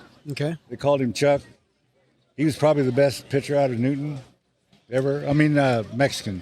Yeah. Okay. Okay, and then so I talked to him. And then when I came out, the guy that was pitching for Newton at that time was a guy by the name of Cliff Musey. So I learned from him, and then so that's when then after Cliff retired, then I took over, Okay. and we won a lot of tournaments. I won most valuable pitcher, and kind of brag a little bit. No, But please there- do. there were You're allowed times- to do that. There were times in the middle 70s when after the tournament and they're giving out the most valuable player or Yeah. pitcher, and they Yeah. go like, the opposing team, not again. Yeah. No one stayed because they already knew who was going to get it. Yeah. Yeah. Right. Yeah. So the thing I liked about our team is that from Newton, we were literally from Newton. Yeah. We didn't import people. This is what we got. Yep. and it's kind of like the Garcias now from the Los Indios. The Indios, Yeah. yeah. It's kind of the same way. They go, this is what we got. Yes, so sir. Yes, sir. So we do the best we can do. Yeah, so I'm a part of that team. I used to play with the Indios. Okay. That's my family. Marty Okay. Garcia, this is my son Marcos Garcia. Oh, okay. Yeah, so I played second for the longest time for about 16, 17 years You're right. until I finally retired. And I got to play with you yesterday in the Old Timers Oh, game. okay. This was my first time. So I was honored.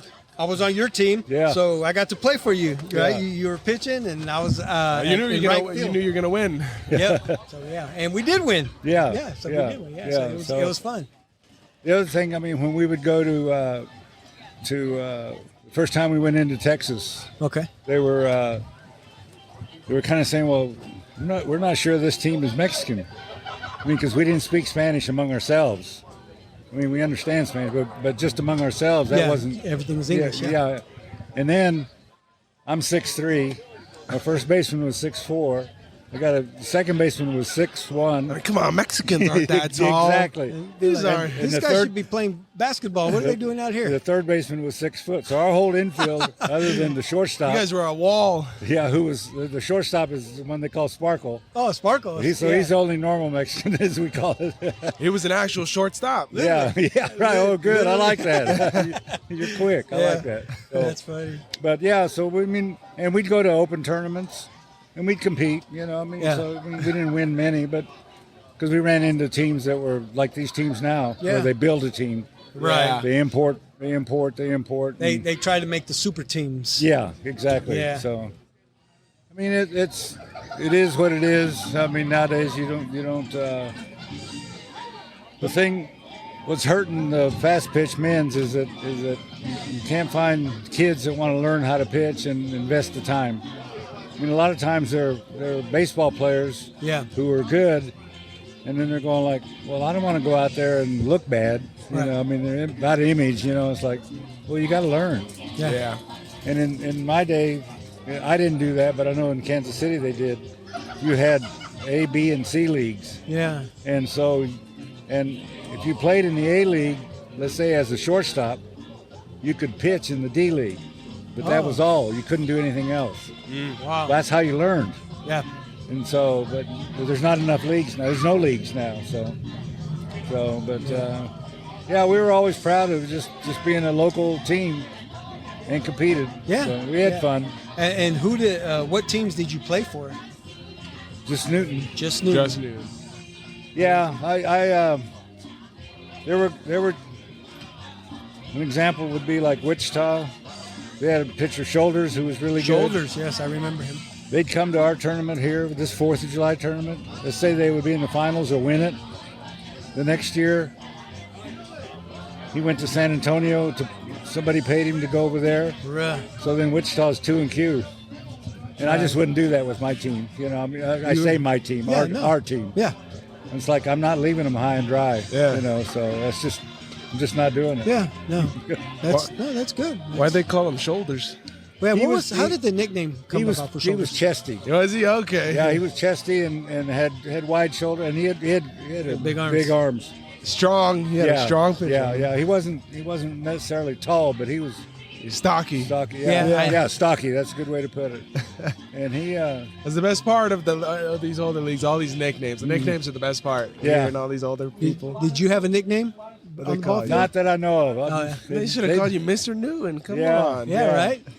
I guess the best thing or the only one I really heard was Tall Paul. You know, Tall Paul. There you go. So with that, that was it. But you're right. Everybody had a nickname. So, Yeah. Yeah. So I'm interested. I mean, that does. In Newton, almost everybody does have nicknames, and so. But as I understand it, that was just normal for the Mexican community. Yeah, I Right. mean, that's all I ever hear. I mean, growing up, you always hear, like, Right. you know, they're talking about your Theos or Theas, but they always have very specific Right. nicknames. Right. So it just makes sense that they had it too in the softball leagues. Yeah. Yeah. So Yep. When did you retire from playing? probably. I think I was last competitive in my middle 50s. Yeah. So, I mean, I wasn't real good then. I mean, I wasn't great then. You were know, still I mean, competing. But I was That's what- competing. yeah, and, that's what counts. And we could win a few games. Yeah. I was playing. I started playing with Well, the team, the Viejos. Los Viejos. Okay. Yeah, and so, but we had all our kids with us. So my 2 kids and Salas boys and some other kids, and they got a little team together, and they said, you know, we need a pitcher, and I said, well, I'll do what I can. Yeah. And but yeah, middle 50s, so see, if I was in my 50s, and I'm 80, so that's 30 years ago. So. And you've been to, since then, you still come to this Still tournament? come, yeah. So, yeah, it was, it's been a lot of fun. Yeah. I mean, especially since you always wonder, I don't know how much longer we can actually do it. I mean, without opening it up. I mean, it's getting close now because you're getting these teams that are, flying people in and stuff. And like last year, I was standing right here, and guys were walking in, and other guys not from around here, but they were like from Texas and El Paso and stuff. Yep. Well, see somebody walk in, who are you playing with? Who are you playing with? Yeah. So. That's funny. So, but it is what it is. Yeah. I have to ask you, did you play basketball back in the day? Yeah, I played for the high school. Did you? Yeah, and then I played at Hutch JUCO. Okay. In the national tournament there, and then I played out at Fort Hays. Okay. Wow. So. Nice. So, but that's when 6'3" was considered tall. Yeah. Yeah. Not only did you play, but did you coach as well? Yeah, a few Did some years. coaching? Yeah. I did I helped coach with my sons and stuff. I mean, when we got that little team together, okay. I helped with them, and then that kind of evolved into what they called the Metros. Okay. Yeah, that evolved, and then Gil Solis took that over. So yeah. But Los Indios, we had our battles with those guys. Yeah. The Metros. Yeah. Those are fun times. Yeah. Yeah. So, but the basketball was fun. It was it was a different time. Something to do, keep you moving. Yeah. And I like basketball, so that was fun. So I mean, it was kind of the same thing that happened from what I hear, it happened to other places too. I mean, this is 1959. Yeah. We should have started 3 blacks and myself, but so no, we can't do that. We can only. So we started 2 and myself. Yeah. But in their defense, the one white guy that started, he was better than all of us. He ended up playing at Wichita State in the Final Four. So, no way. So that's cool. He was good. Yeah. Coming back to softball again, how many championships do you think you had here? Myself, I don't know. Yeah. 4 or 5. 4 or 5? Maybe maybe more. I don't know. We talked about it. I said, hey, my dad earlier was like, hey, how come they don't do rings? Let's get rings going. Yeah, they do that. We should get some rings. Yeah. Right? They do that in Little League Baseball. Oh, my grandson's got 14 of them on his dresser. Oh, yeah. Well, they need to start they need to give you Hall of Famers a ring or something, right? Yeah. They just give you a plaque and right. Give them a coat. Maybe a T-shirt or give a them hat. a coat. Yeah. Give them a coat. Yeah, you guys should wear like some nice coats. Yeah. So, but no, it was always fun to just show up and be recognized. I mean, and know that you were going to compete. Yeah.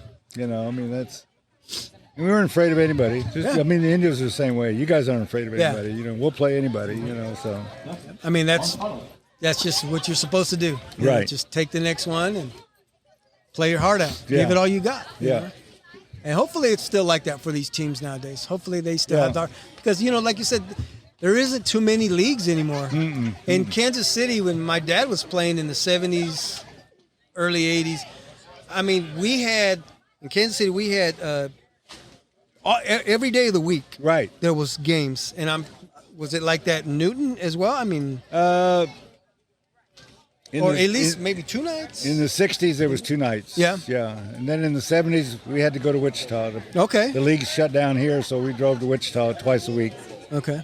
So Tuesdays and Thursdays. So. Yeah, and then when us younger generation, after our dads kind of retired, we took over. I mean, it was still 3 nights: Tuesday, Right. Wednesday, Thursday. We Yeah. were playing, and then we get ready for the weekends. Right. Newton, Emporia, Hutchinson, Right. sometimes Garnett. Sometimes Right. tournaments were everywhere. Yeah. Yeah. So that's just it's good that Newton is still doing their thing. Right. Keep it rolling, keep it moving, and teams want to come out from everywhere. Well, I think so. I mean, it looks like teams are still wanting to come. So that's what's good. So. I mean, it's different from when we used to have 31, You're right. 32 teams here. You're right. So if you're going to play in the championship game, you're expected to stay here until late to play, right? Right. And so a lot I mean, of you guys have done it. I mean, obviously we're from here, but I mean, I remember leaving Omaha at midnight after we won the tournament. It's like, well, and 5-hour drive, get home at 5, get up at 7, or 6, and go to work. Yeah, I used to dread those nights. I mean, we'd play ball. You wanted to win the championship game. Guess what? We're playing at 8 o'clock, and we still have to go home and go to work. Yeah, right. So it was worth it, though. Yeah, It was worth all the fun that we did have here. Yeah. That's amazing, though. I know, right? Yeah, it is. But yes, Mr. Vega, thank you for joining us. Well, thanks for inviting me. Yeah, I'm glad. I'm glad you were able. Sorry, we took you away from the game that's going on behind us. Yeah, that's all right. It's all right. I Enjoyed appreciate it. Yeah. Thank you. Again, thank you so much. Thank you. All right. Thank you for joining the show, sir. All right. Appreciate you coming in. Please, if you could, for the audience, give us your name and how you're connected to the tournament. Yeah, Mario, real quick, can you pull the mic to you? Oh, okay. Just a little bit. Yeah, thank you. How's that? Right That's there? good, right there. Okay. My name is Mario Escobar, and I'm here now watching my son play, whatever. But I played here many years. Yeah, a lot of history for you in this Newton tournament, right? Exactly. So, but that's the thing, is coming back here and seeing guys that I used to play against, whatever, and stuff like that, and glad to see this tradition carry on. Yeah, I've actually wanted to get you onto the show. Oh, being we're both living in Kansas City, so I'm glad we have the opportunity to have you on. Way over here in Newton, we had to come way over here to get you.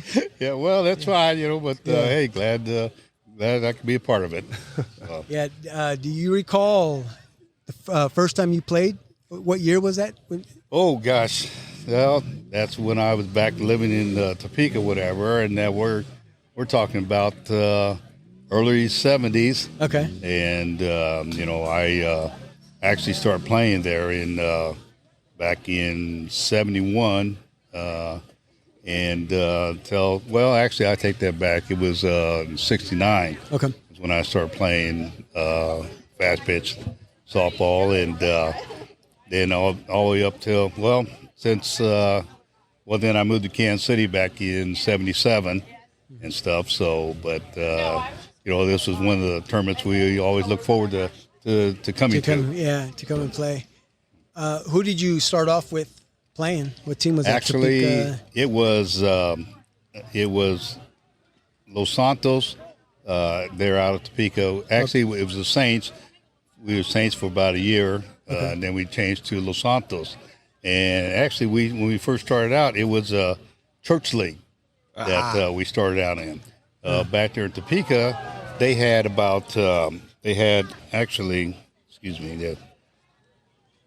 They actually had 3 divisions there in the City League. They had the majors, they had the National American, but the team that started out was through the church league. So when we first started out, it was, I don't know if you guys remember, Sal Ortega. He's the one that first started the team.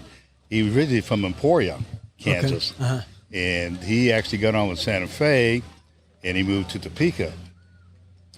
Well, he actually started working with my dad, and Sal was already playing with Emporia, a Mexican team down there, and he approached my dad and said, hey, I want to start a Mexican team here in Topeka.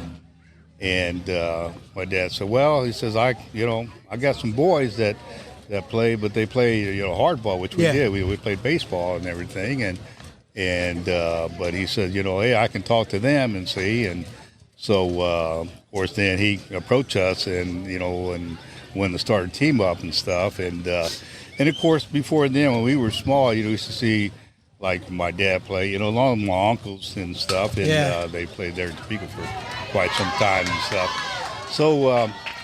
So then when he approached us and stuff, and Sal said, well, I wanted to start a Mexican team up and stuff. And I said, well, actually, Sal, where we lived at the time was like in North Topeka. And most of the Hispanics then were in Oakland area. And I said, well, really don't know, too many of those guys over there. And we grew up like it was a diverse community or something. Right, yeah. And I said, well, I can get some guys that I know of, and and stuff. And then Sal said, well, yeah, I, work with guys, there in Santa Fe. I'll get with, some of those guys. And, of course, he says, but we're going to start out in the church league. So he told me, he says, well, he approached me, he says, why don't you talk to Father and see, if he would sponsor us. So I said, okay. So we can't lose. God is on our side. Exactly. We got an edge here. But the thing was is that Father, he says, well, he says, I'll sponsor you guys, but I want you guys to come to church. It's what a trade-off. There you exactly. go. Oh, they got us. So I said okay, and but then we even had a diverse team then at that time. So I told the guys, I said, hey, I says,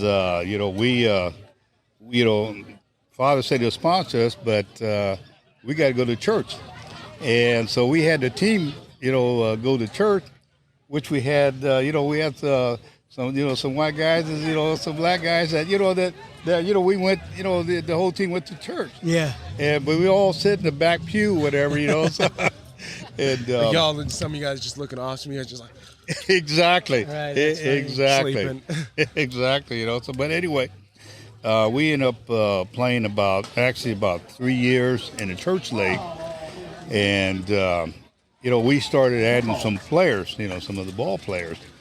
And we picked up this one pitcher, Joe Hernandez. He was out of Lawrence.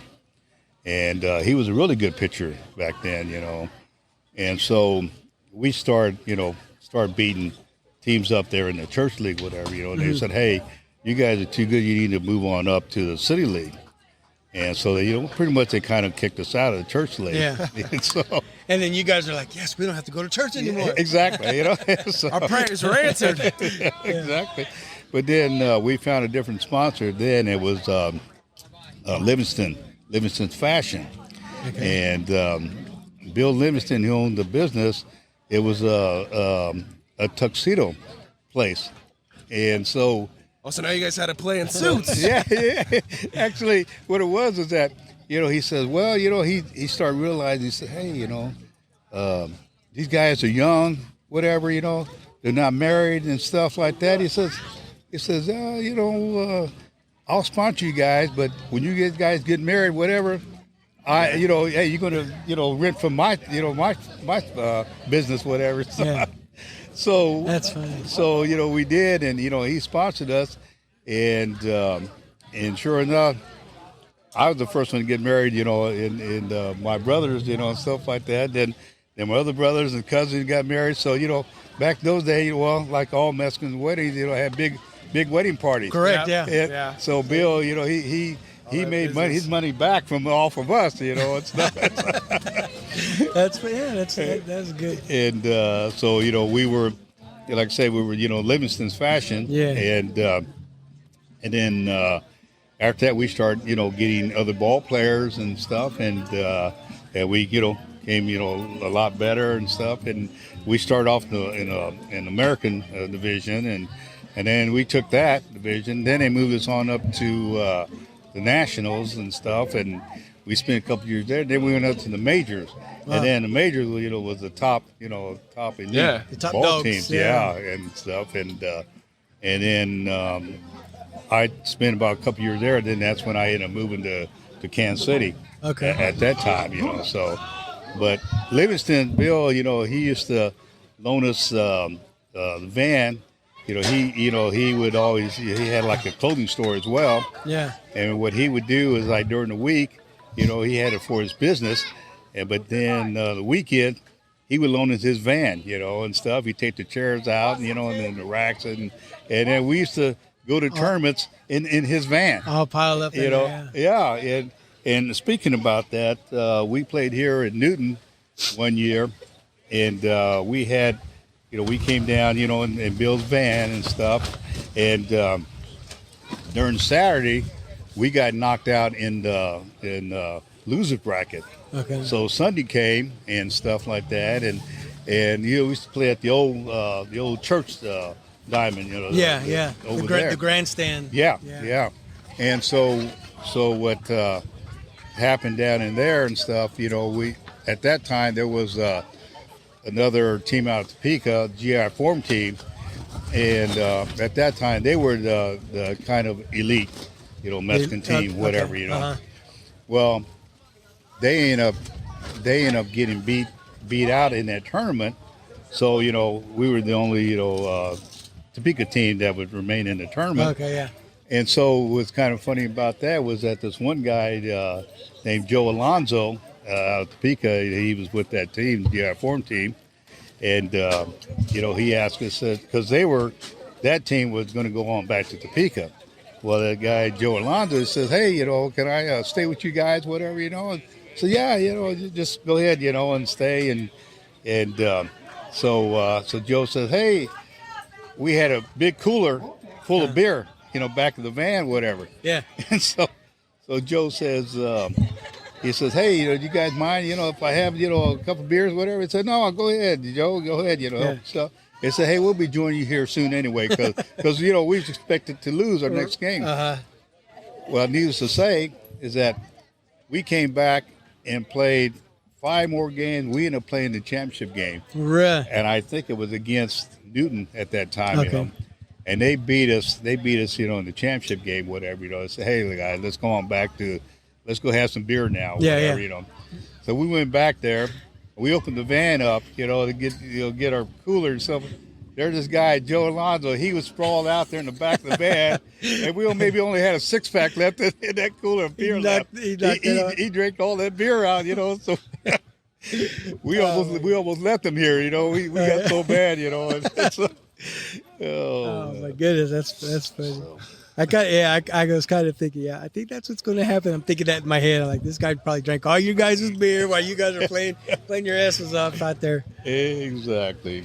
So, but anyway, that's like I said, that was one of the things that I remember back then, Yeah. So, but the most memorable thing that really involved a family member was that when we played in the Livingstons. I had my brother Michael. He's just a year older than me, and he was the only one that really didn't play ball. With my brother. It was my other brothers, whatever. He was a tennis player. Oh, okay. And he played a lot of tennis and stuff like that. And anyway, he was going to get married and stuff, and we said, whatever you do not get married during the summertime, because Right. we were planning to be in his wedding and stuff like that. Yeah, So yeah. he says, wait till after ball season, whatever. That's funny. He used to say that We got a debt. he ended up getting married, and he got married in at that time later part of August, I believe it was. Well, then at that time, that's when they had the state tournament. When state of Kansas, whatever. Well, Plantation Steakhouse, who was the number one team out of the state of Kansas, they were from Topeka as well. Mm-hmm. Well, we ended up playing them for the division title to go to the state tournament. Yeah. And so we had to play that Saturday when my brother Michael got married. And so, there it was. We were in his wedding and everything. Huh. And back in those days, the local newspaper would do articles, of the, Bride well, groom, yeah. Yeah, of the tournament, I'm sorry. of the district, Yeah. And state tournament and stuff.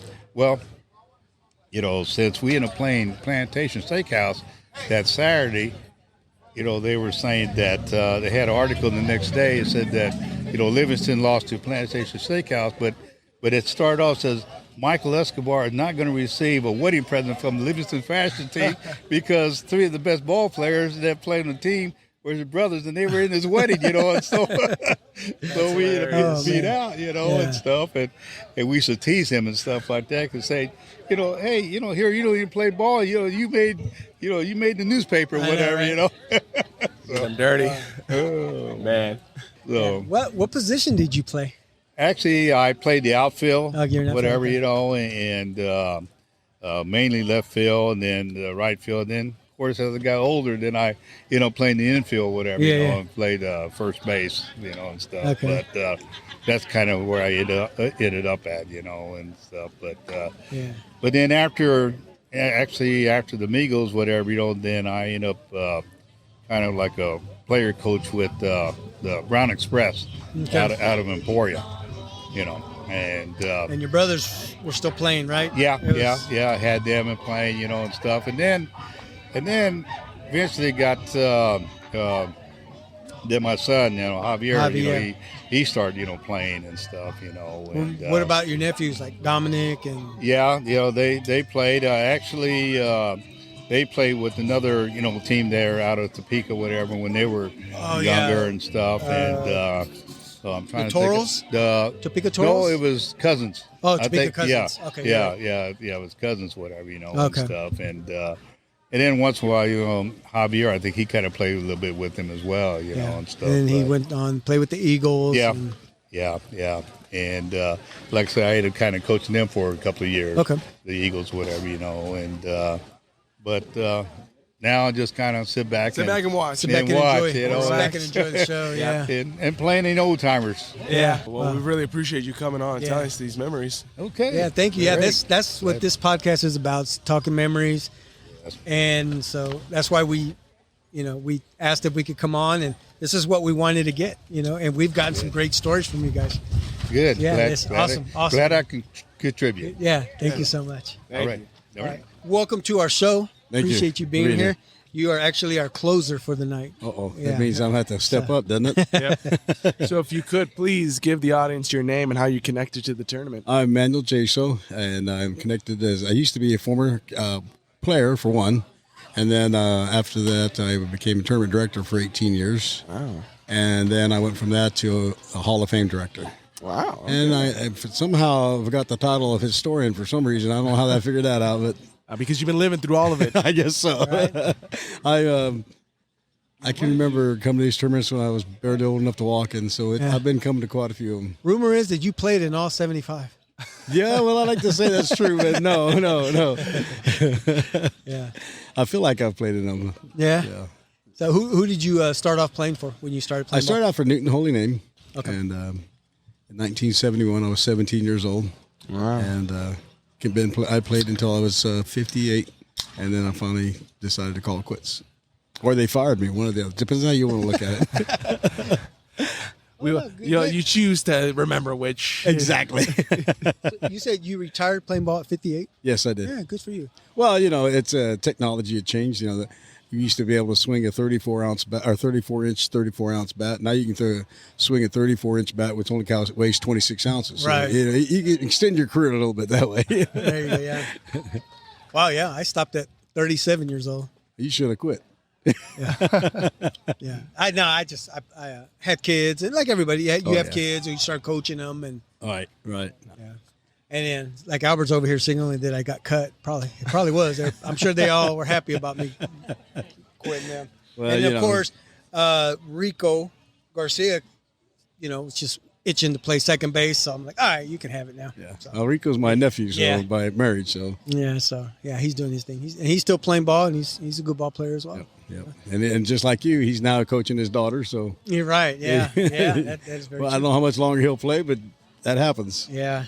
What's your most memorable as a player in this tournament? In this tournament? Yeah. I would say, oh, good Lord, it's back in the Our Lady of Guadalupe field. Yeah. And I had That's the the favorite field. Oh, yeah. I think it needs to get put back up Yeah. because everybody loved that field from back in the day, And Yeah, I just don't think that's going to happen. We tried to do that now I'm going to say about 10 years ago. We actually had a father that was open to it, and it just kind of fell through and just. yeah. If I you don't build think it, they will come. Right? Well, yeah, maybe we could get some funding from Kansas City. Big modcast, maybe. Oh, okay. But I don't think it's going to happen at this time, anyway. Yeah. I mean, what the outfield was only 150 all the way around? No, actually, it was 250. 250. Yeah, 250. But it had the wooden wall. Right. Yeah, Mario Escobar said, I don't know how many times I hit that wall. Well, then, right field, we decided, left field. Yeah. We extended the fence up and made it look like the green monster out of the Boston, Fenway Park. Boston. Yeah. And you guys, I'm sure you all know Boosty. Yeah. He actually. Boosty, yeah. He, left-hander, and he always hit the ball to left field or, center field. And he's the only one on the left-hander that I ever seen take one out over the green monster. Yeah. Yeah. And he cleared it by a long shot. Really? Yeah. This man over to your left used to do the same thing a lot. Yeah, they did, About the streets. Well, they didn't call him Bam Bam for nothing, right? You said Holy Name. Any other teams did you play for? We had a family team we played for, Los Cavalanes, and then J-Train came a few years later. Okay. But for the most part, I started out with Holy Name, and that's where I honed my skills, I guess, as you call it. Yeah. And it had a good time. What was it like running this tournament? It was, it's good and bad because I'm terrible with names, and so I can remember somebody's face. But as tournament director, they see me as the face of the. You're the guy. Tournament. You're the guy. So hey, Manuel, how you doing? I'm going, oh no. I'm great. Yeah, exactly. But I loved Kansas City because they're the ones that always started calling everybody cuz. Cuz? Yeah, hey, cuz, how you doing? Well, that's because they were all cousins. Yeah, it's probably true. That's kind of like me here in Newton. I got 100 of them, so. Yeah. But yeah, that made it a lot easier, so I didn't have to remember names. Right. As a ball player, do you remember winning the tournament here? Yes, I do. I remember, I know that we wanted to at least a couple times that I remember. Okay. I remember there was a year I think we won every Mexican American tournament they had. Yeah. And at that time they had plenty of them. Right. Now we're the only ones, but that was when Paul Vega was our main pitcher. Yeah. And he threw some smoke. Yeah. And I think that year the only tournament we didn't win was the Chinook tournament. We just never seemed to win Chinook. I don't know why. Chinook was too far out there. I guess we got bored after the drive or something. Yeah. I remember the Chinook tournaments as well. Yeah. But they were fun. They were all fun. Yeah. And then after playing ball, you become a coach, ran the team. I actually started a team, a bunch of 19-year-olds, Los Banditos. We didn't call them Banditos because they weren't old enough, so we called them Banditos. Banditos, Los Banditos, yeah. Yeah. But it was fun. I coached them to a second place finish in our tournament. Oh, nice. And like I said, they were all 18, 19 years old. We had a couple of pitchers that were a little older. But other than that, they were all young kids. I guess, you had to have the older pitchers, the ones with the experience, right? The pitchers. Right. Then you bring in these young studs, all the baseball players. Yeah, that's exactly try to transition right. into run. Yeah, that's what we did with our ball team when I was playing in Albert. And we were all baseball players, and then our dads were running Los Indios, and then we had to transition. Oh yeah, I remember playing against the dads for the Indios. Yeah, I always tease everybody. So I remember Tootie. I always wanted to go, hey Tootie, because it just seemed so cool. Everybody was calling him out there. Tootie. It was always fun. Yeah. And then I actually caught him in the old timers game, so I actually got to finally get to say that. Oh, okay, yeah. But it was fun. Yeah, and like yesterday was my first time playing, and like I had told Paul, I said, I played against you. I watched you play, so now I finally got to play with you. Exactly. For as many 3 or 4 pitches he threw, I was in the outfield, so I felt pretty good about that. But it's one of those. That's why I have that all-timers game because it's just so much fun. Everybody. And yesterday, the Hall of Fame banquet we had. Yeah, I heard it was really good. It went really well. I was kind of surprised. I've been thinking about doing this for 5 or 6 years. I figured, I'll retire and from working, and then I'll finally do it. Well, I haven't retired from working yet, but I figured this was the 75th annual. What better time to do it? Right. Yeah. So we pulled it off, and it went really well, I think. And I hope to make it an annual thing.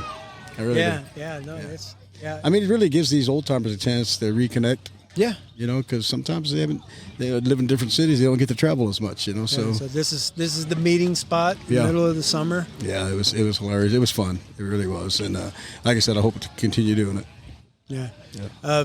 Any good tournaments that you played in Kansas City? Oh yeah. Yeah. I mean, remember those? first of all, it was called Los Bravos, if you remember. Yeah, yeah. And then they went to Los Amigos. And then I think the Angels had one for Memorial Weekend that we used to go up to all the time. Of course, my favorite one was, I think it was, I had 1980, Kansas City Amigos brought in the Mexico team. And that was probably the first time we ever saw a team from Mexico come up here. And there was 24 teams in that tournament for somehow, I don't know, I think they just, pulled the vote, and I got the most valuable player of that tournament. Oh, yeah? So, yeah. So congratulations. that's, and I used to tell my wife, I said, some of these all-tourney trophies I've won, okay, you can lose them.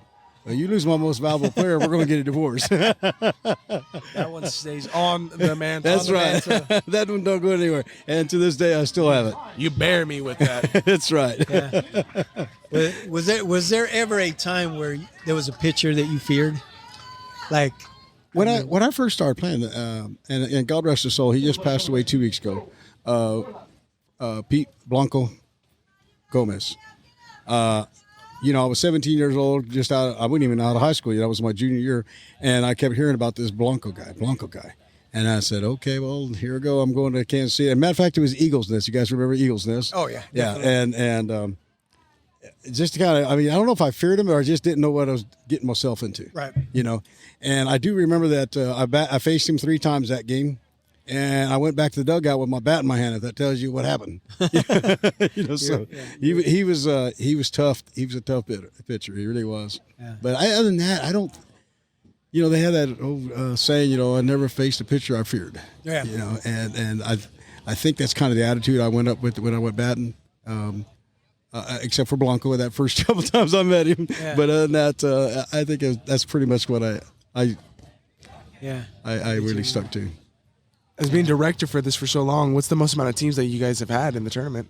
I think I think the most I've had in this particular tournament was 22 when I was at tournament. 22? Yeah. Wow. Yeah, and then I think now and then lately, teams have been dropping off, and now that we picked up teams from Oklahoma and San Antonio and Austin, we're picking it back up again. So that's great. Then we actually had 20 teams set up for this tournament, then teams started getting hurt and losing pitchers, so then it's finally dropped back down to the final 15 that we have now.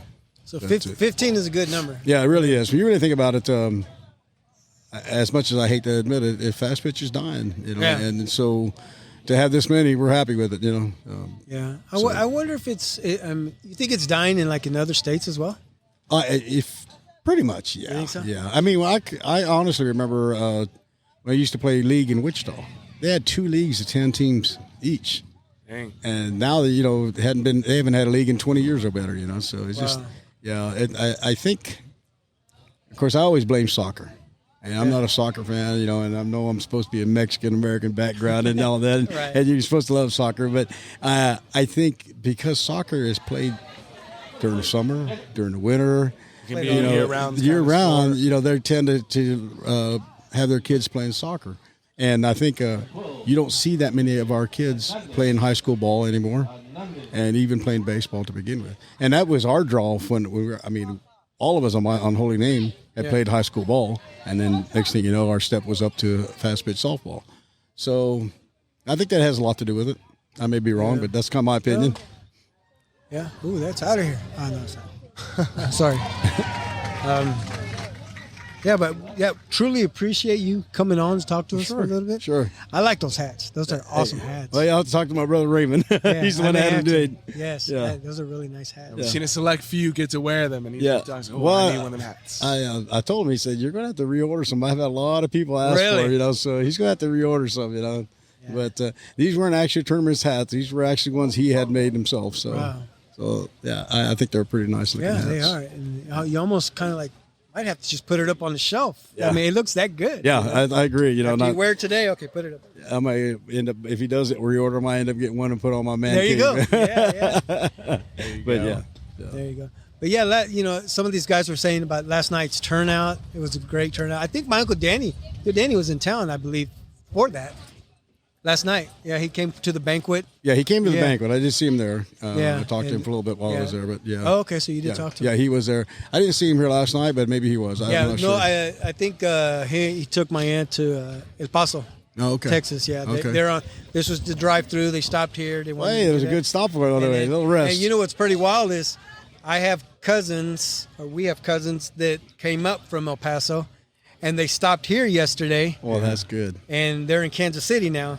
Oh. So they crossed paths. So, yeah, that's what he said. He goes, wow, we just probably passed each other. Well, good. So, but you know what? There was something, and I'll ask you about this.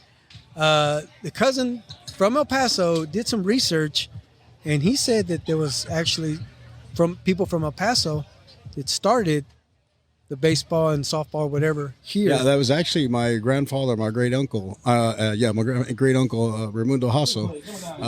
They came to Mexico from Mexico originally, and stayed in El Paso. Okay. And then they would be my great uncle passed away. He was living in Chanute, so they went to Chanute for the funeral. Came to Newton because he had a sister living here at the time. Okay. And her husband said, "Hey, the railroad's hiring. Why don't you guys stay here?" And so when they got here, my uncle and my grandfather, there was no baseball. Okay. This is the sport they learned down in El Paso in Mexico. So they started the baseball teams here in Newton. And so that's kind of how it all got started. So he was right. So the research is out there. Yeah. And I was like, I didn't know that. I thought I did good research, and apparently I did because he told me that. Yeah. And it's good to hear it from you now. Yeah, and I had an aunt that kept the family history of that type of thing, and it was pretty interesting to read too. Okay, and before we end the show, is there documents from the very first tournament? Is it all documented? Who won the tournament? Actually, it was new, and the first tournament was that's documented. It was 1946. Okay, 46. And it was just 4 teams. It was Topeka, Hutchinson, Newton, and Wichita. Okay. And it was basically a simple tournament. The 2 winners played against each other for the championship. It was a one-day tournament. Okay, nice. And it's got to start somehow. Yeah, exactly. And Newton won that, and so it's been going ever since. So, but it is I would like to see that list. Actually, this gentleman right here beside you, Ray Elias, is got all that documented. He's got the article in the paper from their paper and everything. So that's Ray Elias who has the book out with Gene Chavez as well. That's correct. Right? That's correct. Both of them did worked on that book. Right. Okay. And he's kind of he's not a Newtonian. He married a Newtonian, and he came from California, and he's now become our historian. From Newton. That's the first time I've ever heard that word. Yeah. The first time you said it, I was like, what? And then you said it again, and I figured, okay, Newton, somebody from Newton. Yeah. I've never heard that. Yeah, I don't know where it got started either. That's funny. I've never heard that word. So, yeah, I'm eventually going to have to get Ray. You said Ray? Yes. And Gene Chavez to sit down and talk about softball and their book and stuff like that. It's really interesting. Yeah. I think I even got quoted in there a couple of times. Yeah? Yeah, I don't remember what I said anymore. Yeah, I did. That's funny. Yeah. All right. Well, thank you for joining us. Sure. Appreciate you having my pleasure. Having you on our show. And this is a great turnout. And, again, I'll thank you for having us as well. Oh, no problem at all. We appreciate you guys coming. I mean, come talk to our people. Yeah. I mean, really, the more advertisement, the more people talk about this tournament. Yeah. And that's what I want. I'm sorry, cut you off. Yeah. That's what I want to do is help this tournament, put it out there, and maybe people who see our podcast are here and they'll be like, wow, that tournament's going on. All right, let's get some more one night teams. I was trying to watch your podcast with Donna and Jaime, and I went, I'm sorry, and I fell asleep. So I need to start watching a little earlier next time. Yeah, their episode was pretty funny. It was just. Well, I'll have to go back and try to find it again. Yeah, but that's all good. But I appreciate it. Yeah, and you guys did for us. I really I appreciate everything you guys do. Thank you so much for coming. Thank you. Well, Marcos, I think we had a really great turnout. Yeah, I know. It started off a little slow. Yeah, but it was good. Great, beautiful day. A lot of softball going on. A lot of people coming by. It all worked out pretty perfectly. Yep. Are you hungry? I'm very hungry. So am I. I'm very hungry. Yeah, I'm hungry. I'm getting tired. But no, this was a great turnout for the 75th anniversary for this Newton tournament. Yeah. So, yeah. So, ladies and gentlemen, that's it. Thank you for watching. Thank you for listening to the Big Modcast. Until then, adios.